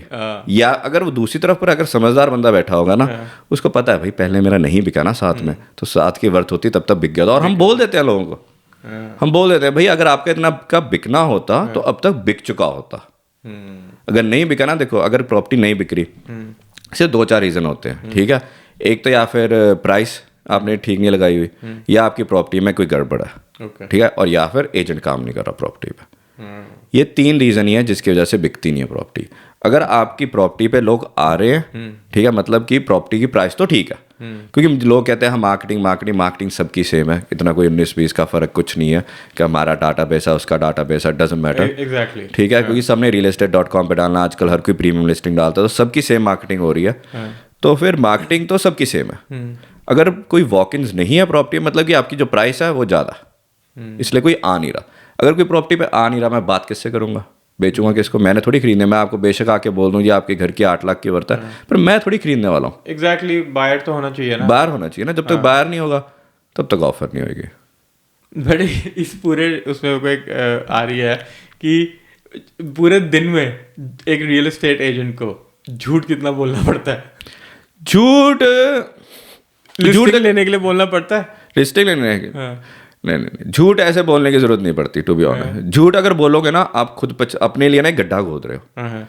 क्योंकि और वही हम हर ओनर को भी मैं साफ बोल देता हूँ, यार देख, मैं अगर तेरे को आके आज, क्योंकि यूजली क्या होता है, जिस जो जानते हैं वो तो जानते हैं, जो नहीं जानते जिससे मैं पहली बार मिल रहा हूँ और उन्होंने मुझे अप्रेजल के बुलाया, मैंने घर देखा, सारा रिसर्च कीजिए आसपास कितने के बिके हैं, कौन कौन से मार्केट में। अगर मैंने उसको बोला कि भाई तेरे घर की 8 लाख की वर्थ है, और उसके बाद मैं और कैंपेन पे लेके गया, कैंपेन पे जाने के बाद मैं उसको आके बोलता हूँ भाई तेरे घर की जो वर्थ है 750 है भाई फिर मैं कैसा एजेंट था? ठीक है ना। अगर मैं तेरी पहले वैल्यू नहीं ठीक लगा पाया तो फिर मैं एजेंट कैसा? मतलब कि मैंने तेरे को पहले झूठ बोला था। जो समझदार बंदा होगा वो तो पकड़ लेगा, ठीक है, कि भाई हाँ इसने मुझे झूठ बोला, ठीक है, पहले मुझे 8 लाख बोल गया, 3 हफ्ते बाद ही मुझे आके बोल रहा है भाई तेरे घर की तो वर्थ है नहीं इतनी। मतलब पहले इसने लिस्टिंग लेने के लिए झूठ बोला, और मैं इसलिए ओनर को पहले बोल देता हूँ। मैं कहता हूँ मैं उस टाइप का बंदा हूँ जो आज मैं तेरे को जो आग बोल के जा रहा हूँ ना, कल को मैं तेरे आंख में आंख डाल के बोल पाऊँ कि भाई ये देख इतनी की ऑफर आ रही है और इतनी की मैंने तेरे को अप्रेजल दी। ये अगर मैं तेरे को बोल रहा हूँ तेरा घर 8 लाख की वर्थ है, तू 9 लाख ट्राई करना चाहता है, ट्राई कर लूंगा। तेरे कहने पे मैं मार्केट पे चले जाऊंगा हाई प्राइस पे, पर मेरी अप्रेजल ये है। तो भी कल को अगर लोग नहीं आ रहे, ठीक है, या ऑफर लो आ रही है, एटलीस्ट मैं तेरे को आंख पे आंख देख के बोल तो पाऊँ ना। एग्जैक्टली। अगर यही मैंने तेरे को पहले ही झूठ बोल दिया 9 लाख, मुझे उसके बाद बनानी पड़ेगी कहानियाँ, भाई मार्केट ऐसी होगी, या तेरी सीलिंग ऐसी है, ठीक है यार, ये ऐसा हो गया यार, पड़ोसी ने घर वो वाला सस्ता लगा दिया इसलिए नहीं अब बाहर आ रहे, यार बारिश होगी इसलिए आज क्वाइट है, स्कूल हॉलीडेज चल रही हैं तो इसलिए लोग आ नहीं रहे। मतलब कहानियां मेरे को ही बनानी पड़नी है, मैं अपना वर्कलोड क्यों बढ़ाऊं? एग्जैक्टली। आई थिंक लोग ना शॉर्ट टर्म गोल्स देख लेते हैं, वही वो लॉन्ग टर्म नहीं। क्योंकि जैसे स्टार्टिंग में आपने कहा था कि आपका कोई था जिस I think 10 properties pretty much उसने करी ट्रांजैक्ट, यस, तो वो इसीलिए है ना क्योंकि रिलेशन बन पाया, रिलेशन वो बनता ट्रस्ट है अब। यस, उसको पता है कि मैं उसको गलत गाइड नहीं करूंगा। एग्जैक्टली। उसको मैं गलत गाइड नहीं करूँ, उसको ये पता है।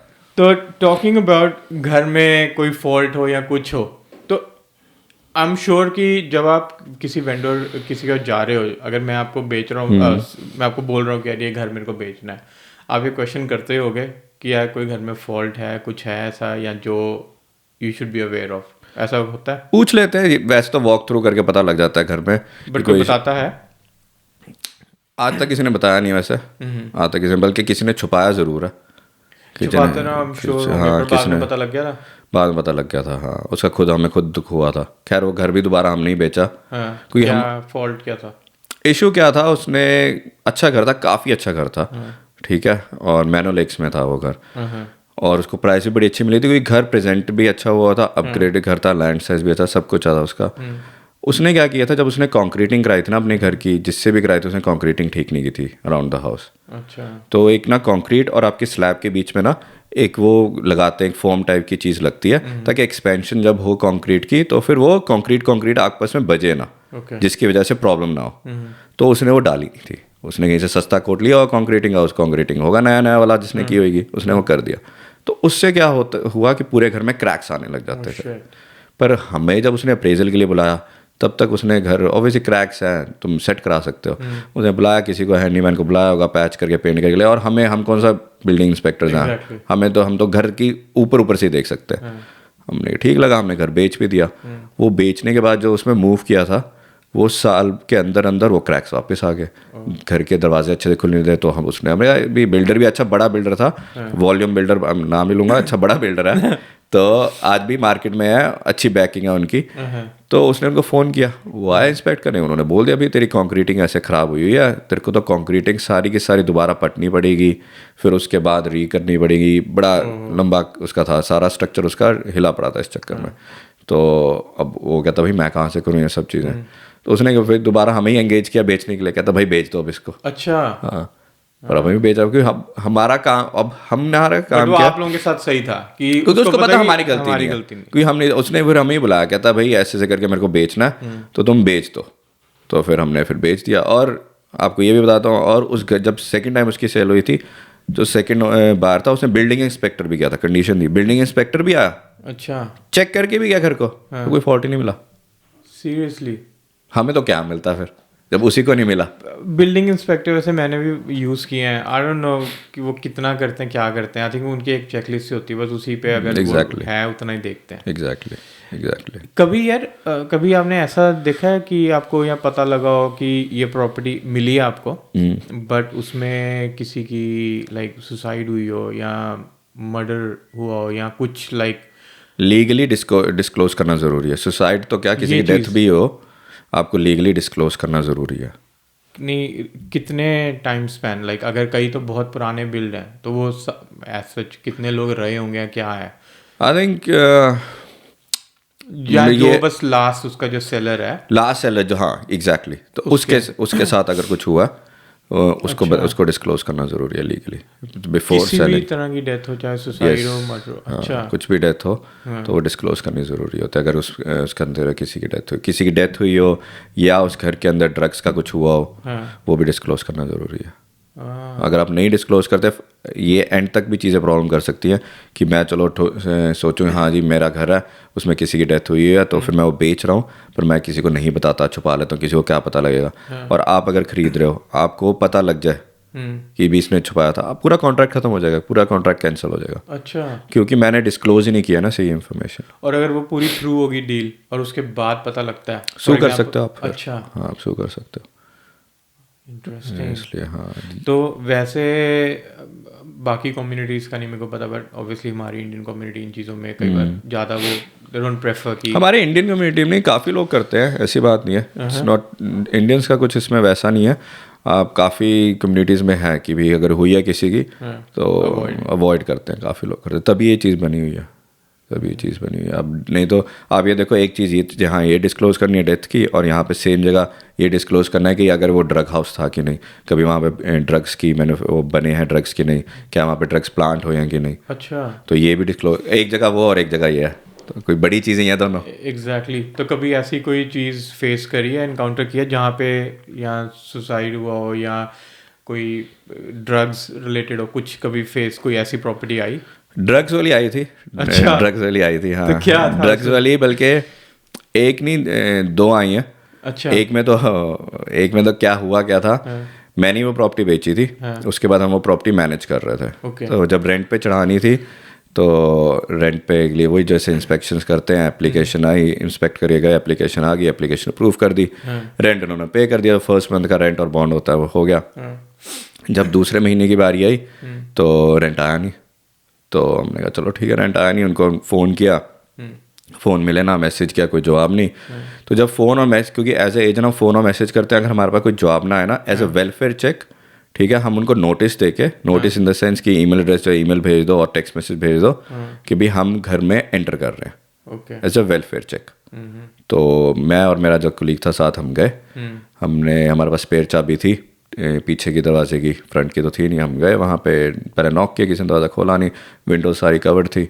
पीछे से जब एंटर किए, हमने कहा चलो ठीक है, नॉर्मल लग रहा था घर, लिविंग में जैसे सोफ़ा वगैरह पड़ा हुआ था, स्लाइड ने से एंटर किया, अंदर वहाँ गए, जैसे ही कमरा खोला, वहाँ पे भाई इतने बड़े बड़े प्लांट्स, सीरियसली बड़े बड़े प्लांट्स अंदर घर के प्लांट्स, और जैसे ये लाइट्स होती है ना, ठीक है, लाइट्स लगी हुई प्लांट्स के ऊपर, ठीक है, और वहाँ पे बकेट पड़ी हुई पानी के लिए, ठीक है, हर कमरे में ऐसे बाथटब के अंदर से, बाथटब में उनका कुछ सोल्यूशन सा बनता था, वहाँ से पाइप से छत में से फिर कमरों के अंदर, ताकि वहाँ से पानी जाए। Oh my God. Electricity metre उन्होंने बाईपास किया हुआ था, इलेक्ट्रिसिटी मीटर का पता नहीं क्या करके बैठे हुए थे। नेक्स्ट लेवल, जिसे कहते हैं ना, जो ऑपरेशन था ना, वो नेक्स्ट लेवल ऑपरेशन। मैं देख के, मैंने पहली बार, मैं पुलिस में था, पुलिस में नहीं आज तक ऐसा कुछ देखा था। और क्या, तो उसके बाद किया क्या? लाइक वो ऑब्वियसली वहां नहीं थे, हाँ, बट उसके बाद किया क्या? लाइक आप लोगों का हुआ क्या उस दिन, मैं बताता हूँ। उस दिन हुआ क्या, हम जब पहले गए थे बाहर, बिन बाहर पड़ा हुआ था। ओके, हमने जब देखा, मैंने कहा भाई यहाँ पे तो कुछ है, कांड भाई निकल यहाँ से।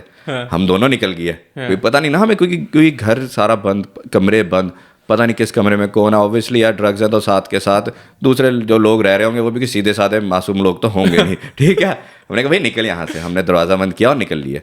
हम निकल के बाहर गए, ठीक है, बाहर अपनी गाड़ी में बैठे और साइड पे अपना फ़ोन किया ऑफिस में भी, ऐसे ये कांड हुआ। कहते ओहो ला, ये हो गया चक्कर। मैंने कहा हाँ ये कांड हुआ है। मैं कहा चलो ठीक है जी। फिर उसके मैंने कहा चल ठीक है, दोबारा ना अपना वो करते हैं, देखते हैं कि वहाँ पे क्या क्या कुछ है कि नहीं, वहाँ पे पुलिस वगैरह कुछ फ़ोन करते हैं, हमने ठीक है पुलिस को फ़ोन किया, पुलिस कहते हैं हाँ चलो ठीक है हम आएंगे, रिपोर्ट कर दिया। हमने दोबारा वहाँ चक्कर मारा तो देखा कि भाई बिन जो था वो है नहीं अब वहाँ। अच्छा। मैं कहा बिन कहाँ चला गया, अभी तो प्रॉपर्टी के बाहर खड़ा था बिन अब है नहीं। मैंने कहा यार कुछ तो मतलब कुछ हुआ कांड में, पुलिस पता नहीं कब आएगी कब नहीं आएगी। हम दोनों दोबारा अंदर गए और हमने अंदर जाना इसलिए पड़ना था कि जब हम दोबारा अंदर इसलिए गए क्योंकि हमें पता जब पहली बार हम अंदर गए थे हमने एक कैमरा देखा था। अच्छा। हमने कैमरा था, मैं कहा हम दोनों की शक्लें आ जाएंगी, मैं कहा हमें ना ढूंढते फिरे, मैं कैमरा चखते हैं वहां से। ठीक है हम गए अंदर, ठीक है अंदर कैमरा पकड़ के हमने छत के ऊपर फेंक दिया उस कैमरे का वो कैमरे छत के ऊपर फेंक दिया। ठीक है तो हमने 2 सेकंड ऐसा लगा, मैं कहा बिन मतलब अगर अंदर से बाहर से अंदर गया मतलब कि उस प्रॉपर्टी को वॉच कर रहा था। फिर उसके बाद आज निकले, पुलिस आई, पुलिस ने रात को जाके आई पुलिस, और हमने दिन में रिपोर्ट किया था। अच्छा। हाँ पुलिस रात को जाके पुलिस आई, उन्होंने फिर सारा सीज किया, सारा कुछ घर फिर पूरा इंश्योरेंस के थ्रू रेनोवेट हुआ सब कुछ। पुलिस भी ऐसे कमाल की है यहाँ पे। वर्कलोड बहुत ज़्यादा यार, there is too much workload. तो वो प्रॉपर्टी वापस रेंट पे गई? यस। और यहाँ कभी सेल हुई दोबारा? अभी तक सेल नहीं हुई है, रेंट पे ही गई है। उसके बायर्स आई एम श्योर बड़े कम हो जाते होंगे। हाँ ऑब्वियसली, ये है कि एटलीस्ट क्योंकि वो फिर भी मरवाना स्टिल ओके। मैं ये नहीं कह रहा कि ऐसे पर कंपेयर टू अदर केमिकल्स, क्योंकि जो दूसरे केमिकल्स है ना वो आपकी दीवारों में चल जाता है, आपके इंसुलेशन पे चल जाते हैं, क्योंकि केमिकल बेस्ड है, वो ज़्यादा डेंजरस है इससे।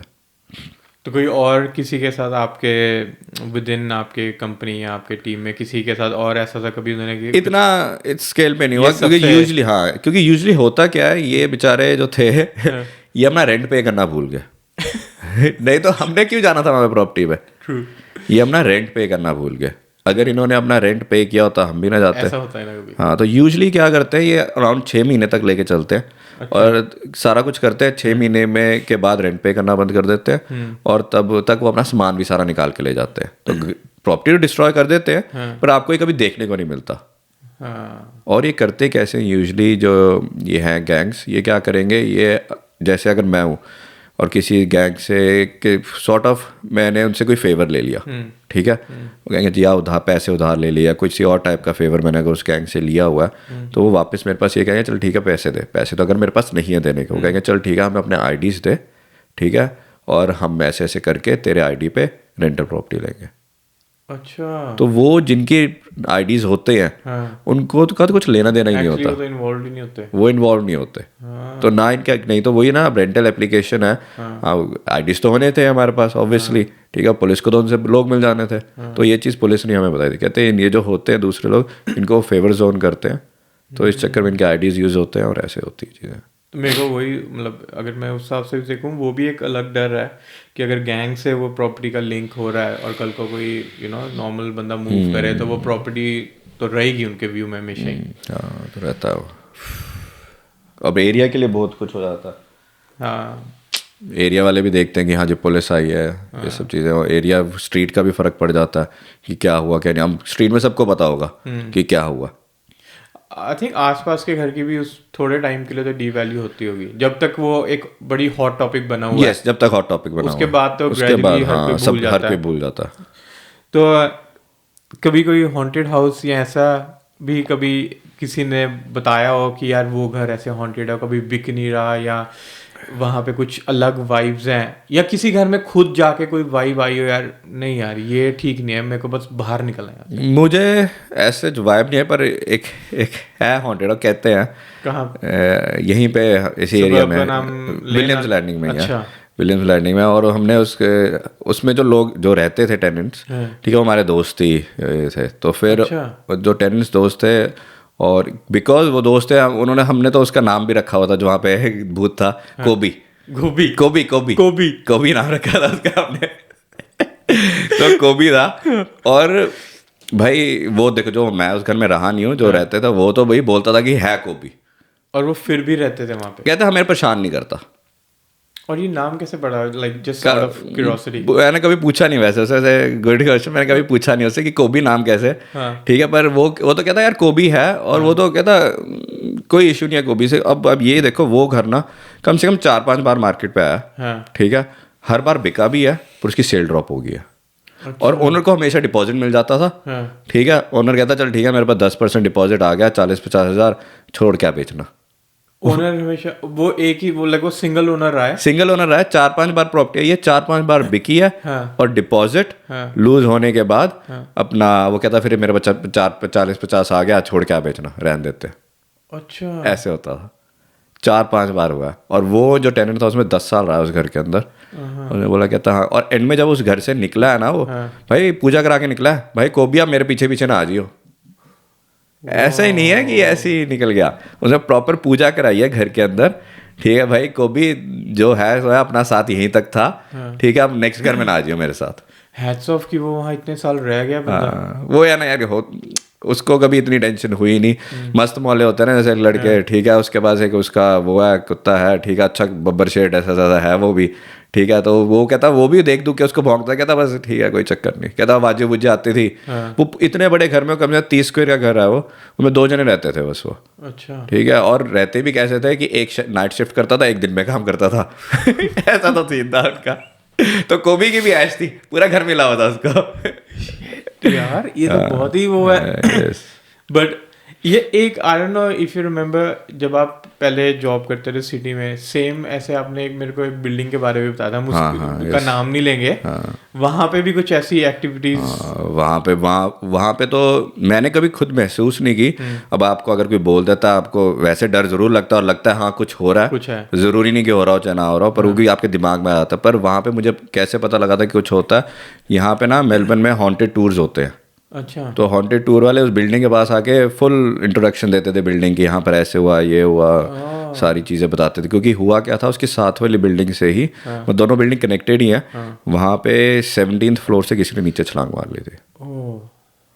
तो इस वहाँ पे कुछ ना कुछ था। और मेरे को क्या, कि मैं सिक्योरिटी करता था, मेरा काम क्या होता था, मुझे पूरी बिल्डिंग में ऊपर से नीचे तक जाना है हर फ्लोर पे भाई। स्टैंड और रात को मैं करता भी रात में था, नाइट शिफ्ट करता था मैं कहा बस कर लेते थे। बस स्टार्टिंग में बड़ा डर लगता था। और क्योंकि लिफ्ट होती थी, ठीक है, लिफ्ट में जा रहे हैं, ठीक है, कई के बार लिफ्ट आप ना, मैं क्या करता था, लिफ्ट को रोक लेता था कि जल्दी से देख दुख के जल्दी से वापस लिफ्ट में घुस जाऊं। क्योंकि लाइटें बंद, ऑफिस थी, लाइटें बंद, लिफ्ट की लाइट खुलने की आती थी, बाकी कोई लाइट भी नहीं होती थी। कई की बार क्या होता था कि गए आप, ठीक है, आपने वो बटन अच्छे से दबाया नहीं, वो लिफ्ट चली गई। आप वेट कर रहे कब आएगी लिफ्ट, फट जाती होगी। बड़ी बुरी हालत होती थी, बड़ी बुरी हालत होती थी तब तो। ऐसे वही है, सब काम सब चल जाता है। भगवान का नाम लो, अपने बनाया ना हनुमान जी, बस ठीक है, निकला बजरंगबली। पर वैसे हॉन्टेड तो ऑब्वियसली कोई इतना लाइक ऐसा नहीं है कि बहुत घर हैं या कभी, आई एम श्योर नहीं ऐसा एक्सपीरियंस हुआ होगा आपको, बट आपने फिर भी बताया। बट कोई ऐसा घर जहाँ यार इस घर की बहुत ही स्ट्रॉन्ग वाइब्स हैं और नेगेटिव हैं, ऐसा जॉनर से कभी कुछ, और या पॉजिटिव देखो, वो तो पॉजिटिव वाइब्स तो बहुत घरों में मिलती हैं।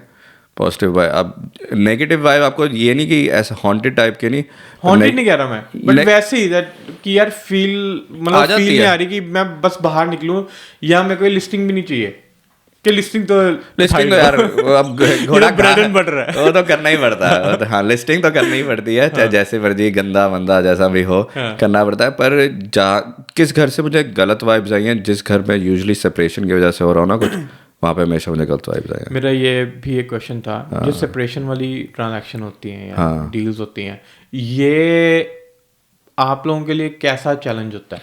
इज इट लाइक ये रहती है स्मूथ, वैसे हो जाती है या स्मूथ भी हो सकती है, कई बार ट्रिकी भी हो जाती है, डिपेंडिंग करता है। अगर दोनों ही आपस में लड़ने लगे हुए हैं तो वो एक दूसरे के नुकसान करने के चक्कर में अपना नुकसान कर जाते हैं। जैसे कि होता क्या है कि हस्बैंड वाइफ हैं, ठीक है, अब घर बेचना है, हस्बैंड और वाइफ चाहती है कि हस्बैंड को पैसा मिले ना ज़्यादा, उसका नुकसान हो।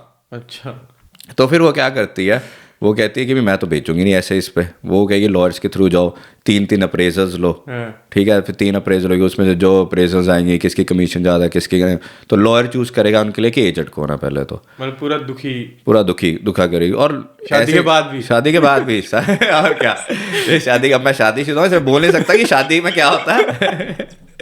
शादी के बाद भी तो एंड तक खून चूस लो, पर ये दूसरी तरफ से भी होता है, हस्बैंड भी चूसते हैं, बोलना पड़ेगा।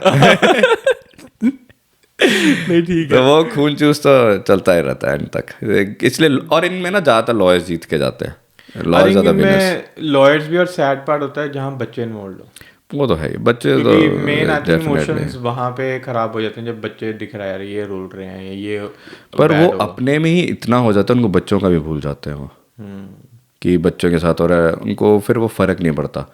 उनको पता है बच्चे हैं, चलो कोई ना। वो अपने में ही इतना होते हैं कि दूसरे को नुकसान पहुंचाना है बस हमने, जैसे भी करके इसको नुकसान पहुंचाना है, हमारे साथ जो मर्जी हो जाए, इसको नुकसान करना। कभी ऐसा हुआ है, लाइक मैं ये क्वेश्चन किसी गलत उससे नहीं पूछ रहा है, नो आपकी इंटेंशन वो नहीं है, बट कई एजेंट्स होते हैं, क्योंकि वो कहते हैं यार at the end of the day ये जॉब है, ठीक है, हमारा अपना, हमने भी तो पैसे कमाने हैं।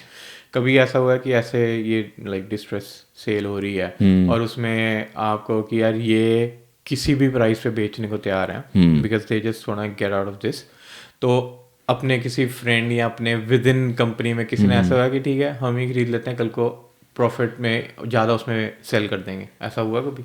ऐसा हुआ नहीं कभी। और इश्यू क्या आता है कि आप ऐसी कोई ट्रांजैक्शन आती है ना, ठीक है, कि जिसमें हाँ कि उनको बेचना ज़रूरी है। ज़्यादातर इन ट्रांजैक्शन में जब इतने डिस्ट्रेस में होते हैं, वो ज़्यादातर लॉयर्स इन्वॉल्व होते हैं, तो ये सारी ज़्यादातर ऑक्शन प्रॉपर्टीज होती है।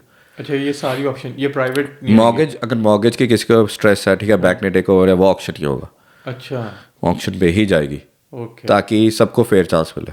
राइट, तो इसलिए आप ऐसा कुछ कर ही नहीं सकते उसमें। फिर तो ठीक है, मतलब अगर प्राइवेट सेल है यस, उसमें तो और लॉयर्स के उसमें भी यही होता है सेम। अगर डिवोर्स भी हो रहा है, लॉयर्स भी ये बोलता है ऑक्शन ही होगी, क्योंकि कल को फिर कोई कैच कह नहीं सकता ना, तो इसलिए वो ऑक्शन ही होती है। तो इसलिए एक बहुत कम चांसेस होते हैं कि हाँ आपको आगे खुद ही बोल दे अपफ्रंट कि हाँ आज मैं फाइनेंशियल स्ट्रेस से मुझे बेचना ज़रूरी है, नहीं तो बैंक टेक ओवर कर लेगा, नहीं तो यहाँ हमारी सेपरेशन हो रही है, इससे पहले लॉयर्स इन्वॉल्व हो, हम खुद ही बेचना चाहते हैं। और अगर आपको कोई आके ऐसे कह रहा है, ठीक है, फर्स्ट थिंग तो यार अच्छा करोगे अच्छा ही होगा, तो इसलिए always do the right thing. दूसरी चीज़ ये है कि कल को अगर प्रॉपर्टी ही आपकी सपोज करो अगर 8 लाख की है, ठीक है, आप स्ट्रेस में हो, मैं 7 की बेच दूँ, ठीक है, आपकी एडवांटेज ले जाओ, मार्केट में सबको ये देखेगा रवीश ने जो प्रॉपर्टी है $20 लाख सस्ती बेच दी, इसके साथ क्यों बेचूं, मेरा आगे का काम खराब होता है। अगेन वही शॉर्ट टर्म और वही, लॉन्ग टर्म। हाँ exactly, short term long term. तो कभी मतलब एज ए मीडिएटर इन्वॉल्व अपने आप को कोशिश करी है बनने की ऐसे टाइम पे जहाँ लग रहा है कि हाँ इनका इशू यार ये प्रॉपर्टी ऐसे कर लो वैसे कर लो, कि नहीं you stay out of it, जो उनका अपना अपना रहे, अगर बेचनी है तो ठीक है इतने की, तो जो कभी वो अपनी सलाह या मशवरा नहीं, वो कहते हैं ना सलाह ऐसे भी नहीं देनी चाहिए, जुतियाँ अपने भी पड़ती है। हाँ एग्जैक्टली।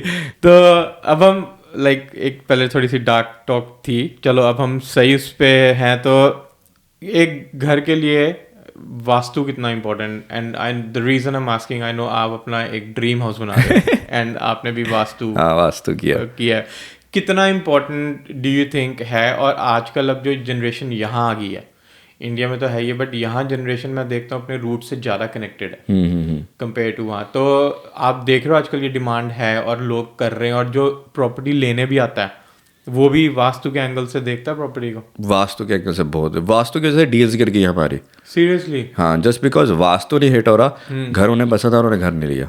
अच्छा, ऐसी सी चीज़ें भी हैं। और वास्तु ऐसी चीज़ है, कई बार लोग कह सकते हैं अंधविश्वास है, ऐसे है वैसे है। देखो मैं तो भाई मैं ऐसा हूँ, ठीक है, अगर मेरे को कोई चीज़ मैं कर सकता हूँ ना और मुझे बहुत ज़्यादा आउट ऑफ द वे नहीं जाना पड़ रहा, मैं वो कर लूँगा, ठीक है। मेरा ऐसा नहीं कि मैं वास्तु में बहुत ज़्यादा बिलीव करता हूँ, यस, अगर मैं कर सकता हूँ तो वाई नॉट, मेरे को उसमें कोई प्रॉब्लम नहीं, कुछ अच्छा ही होगा, बुरा नहीं होना, मुझे पता। तो फिर अगर अच्छा ही होना है तो कर लो, अगर अच्छा हुआ, नहीं तो वैसे तो था ही, जो बेसिक था। अब मैं आपको एक घर बताता हूँ, इधर पॉइंट कुक में हमने बेचा था, उसने वो वास्तु के हिसाब से ऐसा बनाया था, आप दरवाज़ा खोलते हो ना फ्रंट डोर का, किचन है सीधे, एंटर करते ही घर की किचन। तो वास्तु के हिसाब से, क्योंकि मैं इतना उसमें नहीं हूँ, वास्तु के हिसाब से वो डायरेक्शन होएगी जहाँ पे किचन होनी जरूरी होगी, तो इसलिए किचन वहाँ पे थी। और उसकी डिमांड भाई आप पूछो ना, फुल ऑन लोगों ने हमें फोन किया ना, उसके बाद जो बिक गया था, बिक भी जल्दी गया था, पर खरीदा किसी गोरे नहीं, उसने वास्तु की वजह से नहीं खरीदा। खरीदा उसने किसी गोरे नहीं। और उसके बाद जब किसी ने हमें लोग फोन करके बोलते थे कि वो घर अवेलेबल है, नहीं घर बिक गया, लोग बोलते भाई उसकी तो वास्तु ही बड़ा फाड़ू था। अच्छा, वास्तु भी फाड़ू होने लग गया। ऐसे ऐसे फोन आते थे हमें। गोरे ठीक को है? बोल देना कि यार जब बेच रहा हो ना बता दियो इसका और हम- वास्तु बहुत सही है। और हम सोचे थे घर बड़ा मुश्किल, क्योंकि वो घर ऐसा था भाई, वो घर एक रेल के डब्बे की तरह था, सीधी एक लाइन जाती थी। यूजुअली आप यहाँ पे क्या देखोगे, पीछे बैक साइड में जाने के लिए स्लाइडिंग डोर होगा, यस, वहाँ पे नॉर्मल दरवाजा था अच्छा, सीधा, और सीधा बस दिखता था आपको दरवाजा। लेफ्ट साइड पे आपकी किचन थी, उसके राइट साइड पे आपका डाइनिंग था, उसके बाद आपके कमरे जा रहे हैं, लेफ्ट राइट कमरे, और सीधा बस ऐसा तो घर था वो। बट ओके टेल मी, जब अब हम क्योंकि डिज़ाइन की बात कर रहे हैं, कौन सा लाइक अगर आप कुछ टिप्स देना चाहो, कौन सा एक स्टैंडर्ड जो आपको लगता है कि अगर खुद रहने के लिए भी और बाद में इन्वेस्टमेंट प्रॉपर्टी में कन्वर्ट हो, कि ये अगर डिज़ाइन बनाओगे लाइक सिंगल स्टोरी, ये फ्रंटेज या ऐसे double storey, you can not go wrong. देखो यहाँ पे ज़्यादा देन ज़्यादा वो कस्टमाइजेशन करने की जगह ना, अगर आप स्टैंडर्ड प्लान उठाओगे यू कान गो रॉन्ग। वही जो सेम मतलब किचन, डाइनिंग, लिविंग, ठीक है, आपका ये आ जाता है। और उसके बाद मास्टर बेडरूम या फ्रंट पे डाल दो या पीछे डाल दो, बीच में आपके दूसरे बेडरूम्स आ गए। सिंपल स्टैंडर्ड रखो, आप गलत जाओगे नहीं यहाँ पे, ज़्यादा स्पेसिफिकेशंस ना करो। और ज़्यादा डिमांड किसकी रहती है, डबल स्टोरी सिंगल? पॉकेट, अच्छा, पॉकेट पे डिपेंड करता है कि वो क्या है, कि किस एरिया में हो आप, क्या ठीक है, कितने डायरेक्ट है, कितना बड़ा लैंड है आपका, उस बजट देखो। जितनी सस्ती प्रॉपर्टी होगी उतनी जल्दी बिकेगी, जितनी महंगी होगी उतना टाइम लगेगी। महंगी के बायर्स कब होते हैं? ये एजेंट्स की कभी आपस में फाइट हुई है, तूने मेरी प्रॉपर्टी, जिसे कहते हैं एजेंट का एट कुत्ते का वैर होता है एजेंट्स का ज़्यादातर ऐसे होता है। आपस में कभी कॉल आई है या करी हो कि वो प्रॉपर्टी मैं बात कर रहा था, मेरी लिस्टिंग ले ली, ऐसा कभी हुआ है? एजेंट्स की लड़ाइयाँ होती हैं। मैं उस टाइप का हूँ नहीं, मेरी कभी किसी एजेंट से लड़ाई हुई भी नहीं, ठीक है। और हमेशा मैं तो एजेंट कोई मुझे फ़ोन भी करता है ना, ठीक है, क्या होता है कि एज ए एजेंट अगर कोई प्रॉपर्टी मार्केट पे लगी हुई है, मैं उसके ओनर को कॉल नहीं कर सकता, ठीक है, बिकॉज वो इलीगल है कॉल करना, अप्रोच करना ऐसे ओनर को, अगर वो एडवर्टाइज प्रॉपर्टी है, ठीक है, ऐसे अपना अलाउड नहीं है। तो पर एजेंट्स करते हैं, गंदे काम हर जगह होते हैं, फिर भी करेंगे, ठीक है। बट अगर कोई डोर नॉक कर रहा है और अगर बाहर बोर्ड बाई चांस तब तक नहीं इंस्टॉल हुआ कि ये सेल हो रही है, तो उसके बाद चलो ठीक है, हाँ रीज़न है कि उसने कर लिया कि हाँ उसको पता नहीं था, दैट्स ओके। पर लोग तो भाई देखेंगे कि हाँ जी 2-3 महीने हो गए, एक तो 3 महीने हो गए, जब मार्केट स्लो है टाइम लगता है प्रॉपर्टी, 3 महीने हो गए, ऑलरेडी ओनर को प्रॉब्लम हो रही है, भी प्रॉपर्टी बिक नहीं रही, मुझे प्रॉब्लम हो रही है, प्रॉपर्टी बिक नहीं रही। उधर से एक तीसरा बंदा आगे बोलता है भाई हाँ मैं तेरी प्रॉपर्टी बेच दूंगा, क्या कर रहा है ये वो। भाई मेरा काम एक तो और मुश्किल कर रहा है तू, ठीक है, ओनर को गलत फीड करके। मैं तो उस टाइम एजेंट को फोन करता हूँ, भाई तेरे पास बाहर ले के चल जा, बेच दे फिर भाई मेरे को तो बेचने से मतलब है, मुझे ये फर्क नहीं पड़ता कि भाई क्या हो रहा है, क्योंकि हम कैसे वर्क करते हैं कि भाई ओनर की प्रॉपर्टी बिकनी चाहिए। मैं तो बोलूँगा भाई, मेरे को ओनर बोलता ना ऐसे ऐसे करके, यार उसने मुझे फ़ोन किया वो, मैं को उसको बोल के लेके आ, अच्छा, मैं को उसको बोल के उसने सैटरडे को देख लिया, उसे प्राइवेटली तूने दिखानी है प्राइवेटली दिखा दे, ठीक है। मैं कहा मेरे को कोई इशू नहीं है, तो ऐसे कोई नहीं कि वो दूसरी कंपनी का एजेंट है, मुझे कोई प्रॉब्लम नहीं है, ज़्यादातर होती है एजेंट्स को प्रॉब्लम, मेरे को कभी प्रॉब्लम नहीं है। तो उसकी वो कैसे होगी, जस्ट इन केस वो ले आया, कई बार वैसे तो फ्लूक्स होते हैं, बट अगर वो ले आया और प्रॉपर्टी बिक भी गई, वो कहेगा कमीशन मेरी के, मैं उसको बोल देता हूँ, मैं कहा देख तू लेके आ, ठीक है, मैं तेरे को मैं आधी कमीशन दे दूंगा, ओके, वो साफ बोल देता हूँ, मैं तो लेके आ, क्योंकि ऑब्वियसली लिस्टिंग तो आपने उठाई, लिस्टिंग तो मैंने ही उठाई थी, एडवर्टाइजिंग भी खर्ची है, लिस्टिंग मेरी है, ठीक है, मैं उसके तो लेके आ, शेयर मत कमीशन। स्टेजिंग कितनी इंपॉर्टेंट है घर के लिए? स्टेजिंग इज़ वेरी इंपॉर्टेंट, क्योंकि वो एक जिसे कहते हैं ना हाउस को होम बना देती है। बट अगर तो घर खाली है तो समझ आता है, बट अगर घर ऑलरेडी रह रहे हैं वहाँ पे और उसमें भी कराते हैं हम स्टेजिंग, अगर अच्छे हैं फर्नीचर सबको, then you don't need to. पर कई बार टेनेंट्स रह रहे होते हैं, ठीक है, हम भी टेनेंट्स थे एक टाइम पे, बॉयज रहते थे, तो फिर आप इतनी ये आर्ट ये सब चीज़ें नहीं लगाओगे आप उसमें, ठीक है, आपके पास ये प्लांट्स नहीं होंगे, ऐसा कुछ नहीं होगा, ठीक है। तो फिर उस टाइम हम वहाँ पे फिर स्टेजिंग करवाते हैं उन घरों की। तो भाई एक टाइम पे तो ऐसे भी हुआ है कि भाई जब स्टेजिंग इतनी पॉपुलर नहीं थी, सब लोग नहीं कराते थे और हर ओनर खर्चना भी नहीं चाहता पैसे। ऐसा भी टाइम हुआ है, मैं सवेरे अगर 10-11 बजे ओपन है, ठीक है, मैं वहाँ पे 10:30 बजे पहुंचा हूँ, टेनेंट को यार मैं बिस्तरे उनके मैंने सेट किए हैं, बेचना तो एंड में मुझे ही है, चदरें उनकी सेट करके लगा रहा हूँ। भाई ऐसे करना पड़ता है, सब करना पड़ता है, वही है ना, वही है, आपको अपनी ना हैट चेंज करनी पड़ती है मौके के हिसाब से। ये तो हुई मार्केट की बातें। टॉकिंग अबाउट योर जॉब, तो आपकी जॉब में how does it work? For example अगर मैंने आज रियल एस्टेट में एंट्री लेनी है, तो मेरे को पे मिलेगी कि is it purely commission based, कैसे होता है? हर बिजनेस का, हर फ्रेंचाइजी का, हर कंपनी का थोड़ा डिफरेंट वो है। ऐसा मैं आपको बताता हूँ 2-3 तरीके लोग जैसे करते हैं। ज़्यादातर कई की बार लोग ज्वाइन करते हैं एज एन असिस्टेंट। तो आप किसी जो पुराना एजेंट है, कोई सीनियर एजेंट, उसके असिस्टेंट एज ए ज्वाइन करते हो ताकि आपको पता लग जाए कि काम होता कैसे exactly. During the assistant part you get paid, जो आपकी आर्ली रेट हो गया, एनुअल सैलरी जो भी है वो आपको पे मिल जाएगी, which is very minimum. Okay, but sorry, जब आप ज्वाइन करते हो एज असिस्टेंट, जिसको ज्वाइन करते हो वो अपनी कमीशन शेयर करता है उस टाइम? नहीं, अच्छा, because you getting a salary. Okay तो वो बोलते हैं कि भाई हम आपको सैलरी दे रहे हैं, आपको एक सेट सैलरी होगी साल की, which will be very minimum. Okay आपको कमीशन शेयरिंग नहीं मिलेगी उसमें। तो that pretty much trains you okay कि काम करना कैसे है। एंड आपको अगर लगता है कि हाँ जी साल भर काम करके 6 महीने काम करके आपको लगता है कि भाई मैं सीख चुका हूँ अच्छे से, then you go on your own.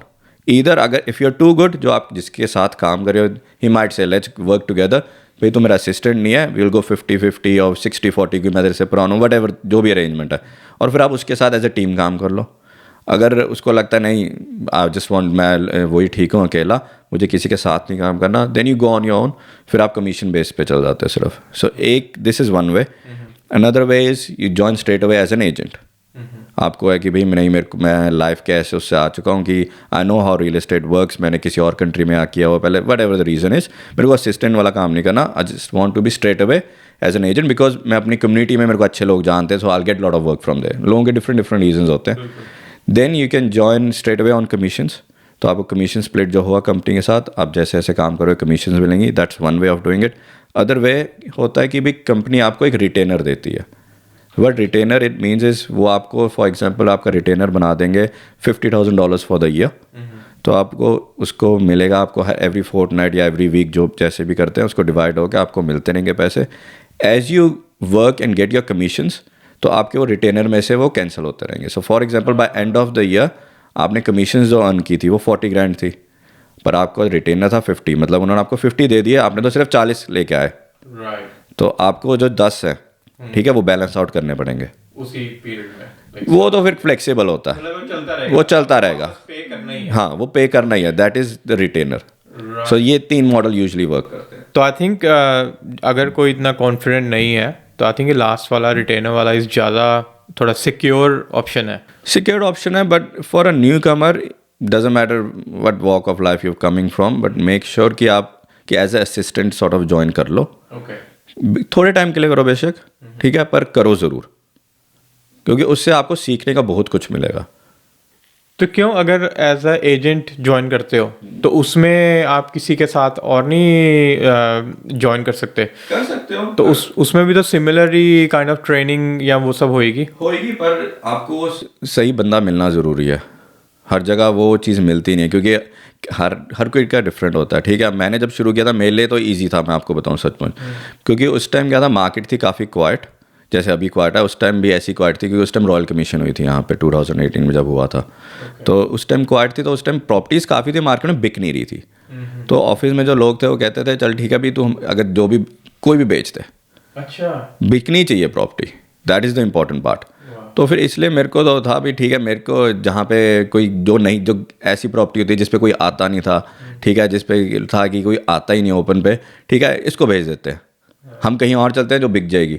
मेरे को कोई फर्क, मेरे को तो प्रॉपर्टी मिल रही है बिकने को, चाहे अच्छी हो चाहे बुरी हो, मिल ले तो ये मिल रही है, वही काफ़ी है। मतलब लर्निंग है, तो लर्निंग है मेरे लिए, तो मेरे I was okay with anything. हाँ। तो और मैं ऐसी प्रॉपर्टीज पे जाके, और वो एक किस्मत को कह लो, जो मर्जी कह लो, वहां से मेरी ऐसी ट्रांजैक्शन हुई है, ऐसे क्लाइंट्स मिले हैं जिन्होंने उसके बाद मेरे 4-5 घर खरीदे हैं, बेचे हैं मैंने उनके, just because of that one property. I think it's all about network. It all about network, क्योंकि वहां से ही शुरू हुआ, वहीं से शुरू हुआ। और आपको मैं एक इंसिडेंट बताता हूँ, मैं एक प्रॉपर्टी वेरीबी में थी, वो काफ़ी रन डाउन घर था, कोई नहीं आता था उस घर पे, उसको प्रॉपर्टी को हो गए थे अराउंड 3 महीने हो गए थे, बिकी नहीं थी, और मैं वहाँ पे ओपन करता था। तो फिर ओनर ने भी थक के कह दिया यार ये बिकती तो है नहीं, इसको रेंट पे ही चढ़ा देते हैं। उसने कहा यार इसको रेंट पे ही चढ़ा दे वापस, ये बिक तो रही नहीं है। मैंने कहा चल ठीक है। तो वहाँ पे फिर रेंटल, मेरे पास ही चाबी होती थी, तो उस टाइम ऑफिस में लोग आते थे कि भी हमने रेंटल के लिए घर देखना है, तो ऑफिस वाले कहते थे हाँ चल रवीश जाके उनको दिखा दे घर, उन्हें रेंटल के लिए देखना है। And I am sales agent, मैं रेंटल हूँ नहीं, पर चाबी मेरे पास है, मैं कहाँ ऑफिस में किसी को चाबी दूंगा। मैं कहा चलो मैं ही दिखा देता हूँ। मैंने उनको घर दिखाया, वो उन्होंने घर देखा, उन्होंने घर लिया नहीं रेंट के लिए, उन्होंने बोला भाई हमारे पास किरायों में एक घर है, जो हमारा प्रॉपर्टी मैनेजर है मुझसे हैप्पी नहीं है, तुम हमारे लिए मैनेज कर लोगे? मैंने कहा वाई नॉट, मैं कर लेंगे। तो उस वहाँ पे मिला मैं उनको, उन्होंने वो घर नहीं लिया, किराया वाली प्रॉपर्टी उनकी देखने गया जो रेंट पे चढ़ी हुई थी, वो मैंने देखी, वो उनसे मैनेजमेंट उठाई। वहीं पे जो देखने आए थे घर, उनका उसका जो फादर इन लॉ था वो भी वहीं पे था, वो उस टाइम किराया मिलने आया हमसे। वो कहते तुम एपिंग में बेचते हो? हमने कहा हाँ बेचते हैं एपिंग में। कहते एपिंग में मेरा दोस्त है, वो 4 ब्लॉक उनके बड़े बड़े 900 स्क्वायर मीटर के ब्लॉक है, वो सारे एक्टिविटीज़ हाई जोन में आ गए, उनकी जोनिंग चेंज हुई है। जो उससे मेरा मतलब है कि सिटी के पास के जो एरिया होते हैं, वेन आई से सिटी इज जो not CBD, it's like aping को भी एक सिटी कहते हैं, डैंडिनोंग को भी सिटी कहते हैं। तो उसके पास के जो एरिया होते हैं उसको एक्टिविटी जोनिंग हो गई थी उस टाइम, तो उनके एकदम से प्राइसेस शूट अप किए थे कि you could go up to 4 storeys over there, ठीक है, कमर्शियल। तो वहाँ पर उन्होंने वो बेचने हैं, तो उनसे तो मिल के आएगा। मैंने कहा वाई नॉट, वहाँ से उनको मिले। तो वहाँ से वो मेरे पास उन 4 में से एक तो था, कहता है यार ये बाकी तो पता नहीं क्या करे, मैंने बेचना, ये हमारी डील नहीं बन रही सबकी इकट्ठे, तो मेरा बेच दे। मैं कहा ठीक है। वहाँ पे मेरी, और मेरे को अराउंड सिर्फ 2 महीने हुए थे अभी ज्वाइन किए, वहाँ पे मेरी पहली $1 मिलियन से ऊपर की चीज़ सेल हुई थी। देख लो कहाँ से क्या कनेक्ट हो गया, चीज़ें कनेक्ट हुई। और उसके बाद मैंने उसके ओनर के, मैंने उसका घर भी बेचा हुआ जिसने वो खरीदा, उसके 2 लैंड भी बेचे हैं, ठीक है, बहुत ट्रांजैक्शन किया उसके बाद मैंने उसके साथ। I think it all comes down to, ये मेरे को सिमिलर एक चीज़ मेरे को मेरी जॉब पे इनिशियली जब मैंने किया था, मेरे मैनेजर ने मेरे को एक बात बोली थी, और आई थिंक ये काइंड ऑफ वहीं लिंक हो रही है। उसने वो यही बात बोली थी कि कभी भी ना कोई भी जॉब अगर तेरे को, अगर तूने आगे बढ़ना है, तेरे को अगर मैं या किसी भी तू लाइन में है, नो ना बोल। अगर तेरे को नहीं भी पता, अपॉर्चुनिटी को नो नहीं बोलना अगर अगर नहीं भी पता ना, बस से यस, कोई ना कोई फिगर आउट बंदा वे कर ही लेता है जैसे मर्जी, बट नो नहीं बोलना। कोई अपॉर्चुनिटी आ रही है ना आपके पास, ठीक है, उसको नो ना बोलो। First answer should be yes, उसके बाद देखेंगे। तो इसलिए एग्जैक्टली। अच्छा, बिफोर वी रैप अप, कोई फाइनल कोई एडवाइस हमारे बायर्स के लिए या सेलर्स के लिए जिनको कुछ चीज़ें हमेशा ध्यान में रखनी चाहिए, बी इट एक एजेंट कैसा होना चाहिए या प्रॉपर्टी कैसी होनी चाहिए, एनीथिंग? बायर्स के लिए मैं आप ये एडवाइस दूंगा कि क्या होता है, बहुत बार लोग जब आते हैं ना प्रॉपर्टीज़ खरीदने के लिए, उनको जब पहली प्रॉपर्टी दिखती है उनको लगता है भैया अच्छी प्रॉपर्टी है, बट मैं अभी सिर्फ 1 हफ्ता ही हो देखे, मेरा पहला ओपन है, मैं अभी मार्केट में उतरा ही हूँ देखने के लिए, तो अभी नहीं खरीदता मैं। अभी मैं 4-5 प्रॉपर्टियाँ और शॉप अराउंड करूँगा, देखूंगा अभी क्या है, बिकॉज आई एम न्यू, अभी देखते हैं और क्या। बेशक उसको एक घर पसंद है, उसकी रेंज में सब कुछ, पर लोग भूल जाते हैं वो घर खरीदने जा रहे हैं, कोई काली पैंट नहीं खरीदने जा रहे काम के लिए, ठीक है। क्योंकि होता क्या है, उनको लगता है कि हाँ जी यहाँ, उसके बाद में वो घर उन मिस आउट कर जाते हैं, उसके वो सेम घर वो ढूंढते रहते हैं, और हर घर यूनिक है। ये तो है नहीं कि Kmart से नहीं मिली भाई बिग W से उठा लेंगे ऐसा तो है नहीं। तो लोग ये समझते नहीं चीज़ को, ये सबसे बड़ी गलती करते हैं। तो अगर तुम्हें घर कोई मिल रहा है, तुम्हारी पसंद का है, तुम्हारी नीड्स मीट हो रही हैं, तुम्हारे बजट में, गो फॉर इट, ज़्यादा सोचो मत उस बारे में। ये मिडिल क्लास माइंडसेट तो नहीं है हमारा, क्योंकि मेजॉरिटी जो लोग हैं लाइक वो सारे एक मिडिल क्लास से इंडिया से आते हैं, ठीक है। तो ये कहीं वही माइंडसेट तो नहीं हमारा पीछे चलता कि यार पहले शॉप अराउंड कर लें, बेस्ट डील होगी वही लेंगे, बेस्ट घर होगा वही लेंगे, कहीं ये वही चीज़ तो नहीं होती? हो क्या जाता है, लोग आज पता क्या, पहले क्या था, पहले नॉलेज अवेलेबल नहीं थी, अब टू मच नॉलेज अवेलेबल है। तो लोग ना जब जाते हैं ना इंटरनेट पे, अपने आप को इतनी नॉलेज से भर लेते हैं, ठीक है, उसके बाद वो खुद कंफ्यूज हो जाते हैं कि क्या करें क्या ना करें। कहीं के बार तो वो एरिया ही नहीं चूज़ कर पाते कौन से एरिया में खरीदे, घर तो दूर की बात। कहीं मैंने बाहर देखे, मैंने उनसे पूछा अगर वो मेरे पास आए हैं टारनीट में घर देखने, उन्हें घर देखा, अच्छा और कहाँ देख रहे हो भाई, हम डॉनीब्रुक भी देख रहे हैं।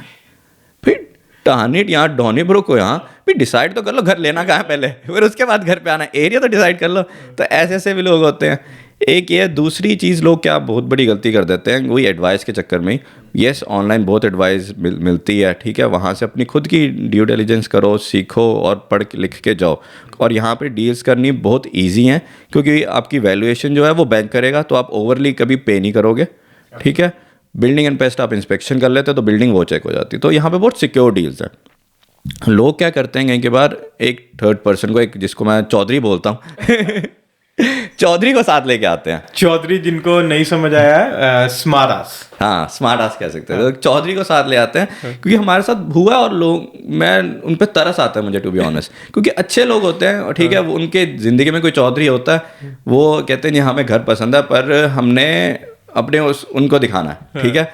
मैं चलो, मेरे को उसी टाइम लगा ये आ गया भाई चौधरी जिस दिन, और वो चौधरी ना पता लग जाए जब वो एंटर ही होता है ना, वो चौधरी क्योंकि वो उसका काम है वहाँ पे दिखाने के लिए बाहर को जो आया हुआ है कि भाई मेरे को बहुत नॉलेज है, ठीक है।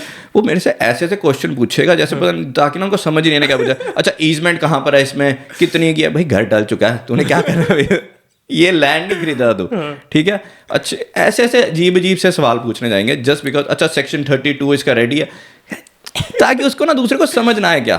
और उस चक्कर में क्या सही बंदा क्या, क्योंकि आप ऐसे बड़े बड़े से वर्ड बोलोगे ना दूसरे लोग अच्छा मतलब इसे पता है क्या बात कर रहा है, ठीक है। ईजमेंट बोल दिया इसने, सेक्शन 32 बोल दिया, पर सब अब क्या करें, हमें तो वहाँ हंसी आ रही होती है। तो वो वहाँ पे अपना देख रहे होते हैं वो और वो जो चौधरी यूजली होता है उनसे उम्र में बड़ा होता है, एक्सपीरियंस में बड़ा होता है, तो उसकी वो सुनते भी हैं। वो लाइफ के डिफरेंट फेज में है, ठीक है। तो वो तुम्हें जो गाइडेंस देगा ना वो देगा अपने हिसाब से, वो तुम्हारे हिसाब से नहीं देगा। क्योंकि मेरे साथ क्या हुआ था, एक बार एक बड़ा अच्छा यंग कपल था, वो टारनेट में ही घर देखना है, और उस टाइम घर भी टारनेट में अराउंड 550 के आसपास मिल जाते थे। घर भी उन्हें पसंद था। वो दूसरी इंस्पेक्शन में चौधरी को लेकर आए। चौधरी वो बिलोंग करता था बॉलमन को।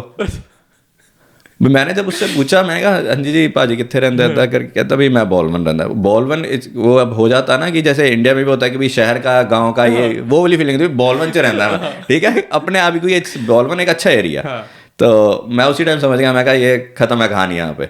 और वही सेम बार मुझे 6 महीने बाद प्रॉपर्टी में मिला, ठीक है। तो और जब मिला मुझे किसी और प्रॉपर्टी में, मैंने पूछा, मैंने कहा आपने फिर ली नहीं अभी तक, कहते नहीं। मैं कहा फिर वो पसंद आई थी लेतन, कहते तो पता था, फिर वो पाजी आए सी, उन्होंने मना कर। मैं कहा पाजी ने थोड़ी रहना, क्योंकि रहना तुमने है यार, घर में तुमने पे करना है, तुमने रहना है, तुम्हें अगर सूट कर रहा है सलाह ले लो, दिमाग अपना लगाओ, ये बात है। तो ये हो गया हमारे बायर्स के लिए। सेलर्स के लिए इज मोर इम्पोर्टेंट कि भाई वो जो एजेंट के साथ जा रहे हैं, ठीक है, वो ये देखें कि उस एजेंट के साथ आप कितने कंफर्टेबल हो, is he going to do the right thing by you. क्योंकि जो आपके आइज एंड ईयर्स हैं वो एजेंट है। ओनर्स क्या होते हैं, इसके ऊपर गिर जाते हैं कि कौन कम कमीशन चार्ज कर रहा है और कौन कम से सबसे ज़्यादा प्राइस बोल रहा है। बट ये हमें कैसे पता लगेगा कि यही एजेंट ये मतलब यही हमारे लिए सही है? क्योंकि देखो, जो अगर आप करने आए हो बात करने, ऑब्वियसली आपने अपना होमवर्क किया हुआ है और आप पूरे प्रिपेयर्ड हो अच्छे से, और आप वो इम्प्रेशन एक कर लोगे हो, ठीक है। और ओनर को इतना नॉलेज नहीं होती है सबको। क्या कोई प्लेटफॉर्म या ऐसा कुछ है कि जहाँ पता लगे कि हाँ यार रवीश ने अब तक इतनी प्रॉपर्टीज सेल करी है, ये ऐसा कुछ होता है? आप देखो realestate.com.au पे आप एजेंट का प्रोफाइल चेक कर सकते हो, वहाँ से सारा चेक हो जाता है किसने कितनी बेची है, कितनी बेच रहा है। अच्छा, वहाँ से सारा डाटा मिल जाता है, जो भी एजेंट है उसका सब मिल जाए, कितनी बेच चुका है, कितनी बेची है। होता क्या है बहुत बार, अब मैं आपको बताता हूँ कि भाई आपकी फॉर एग्जांपल प्रॉपर्टी 8 लाख की वर्थ है, ठीक है, और अगर मैं एज एन एजेंट आऊँ और मैं बोलूँ भी मैं आपको 8.5 दिलवा दूंगा, आपकी तो 8.5 की वर्थ है, ये वो, ठीक है, सारी चीज़ें आपको सुन के अच्छा लगेगा। बिल्कुल। दूसरी तरफ दूसरा एजेंट आया, वो आपको बोलता है भाई 8 लाख की, आपके दिमाग में तो 8 लाख ही था, वो 8.5 बोल गया। अब आपको नहीं भी मैं इसी के साथ जाऊंगा क्योंकि ये 8.5 बोल गया। हाँ, मैं दूसरे को एंटरटेन ही नहीं करूंगा भाई, इसमें तो 50,000 कम बोल रहे हैं।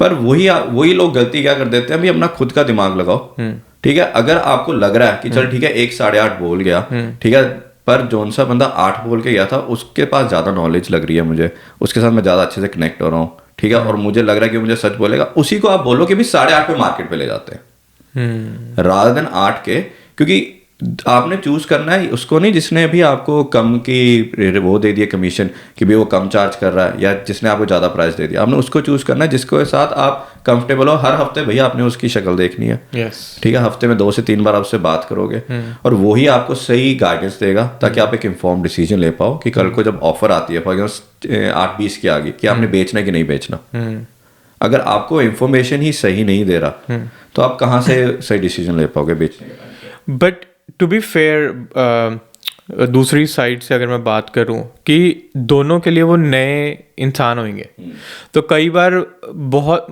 आई वुड से मेजॉरिटी लोग वो डॉलर्स को ही देखते रह जाते हैं, क्योंकि ऑब्वियसली अपनी प्रॉपर्टी सबको यूनिक लगती है और सबको लगती है।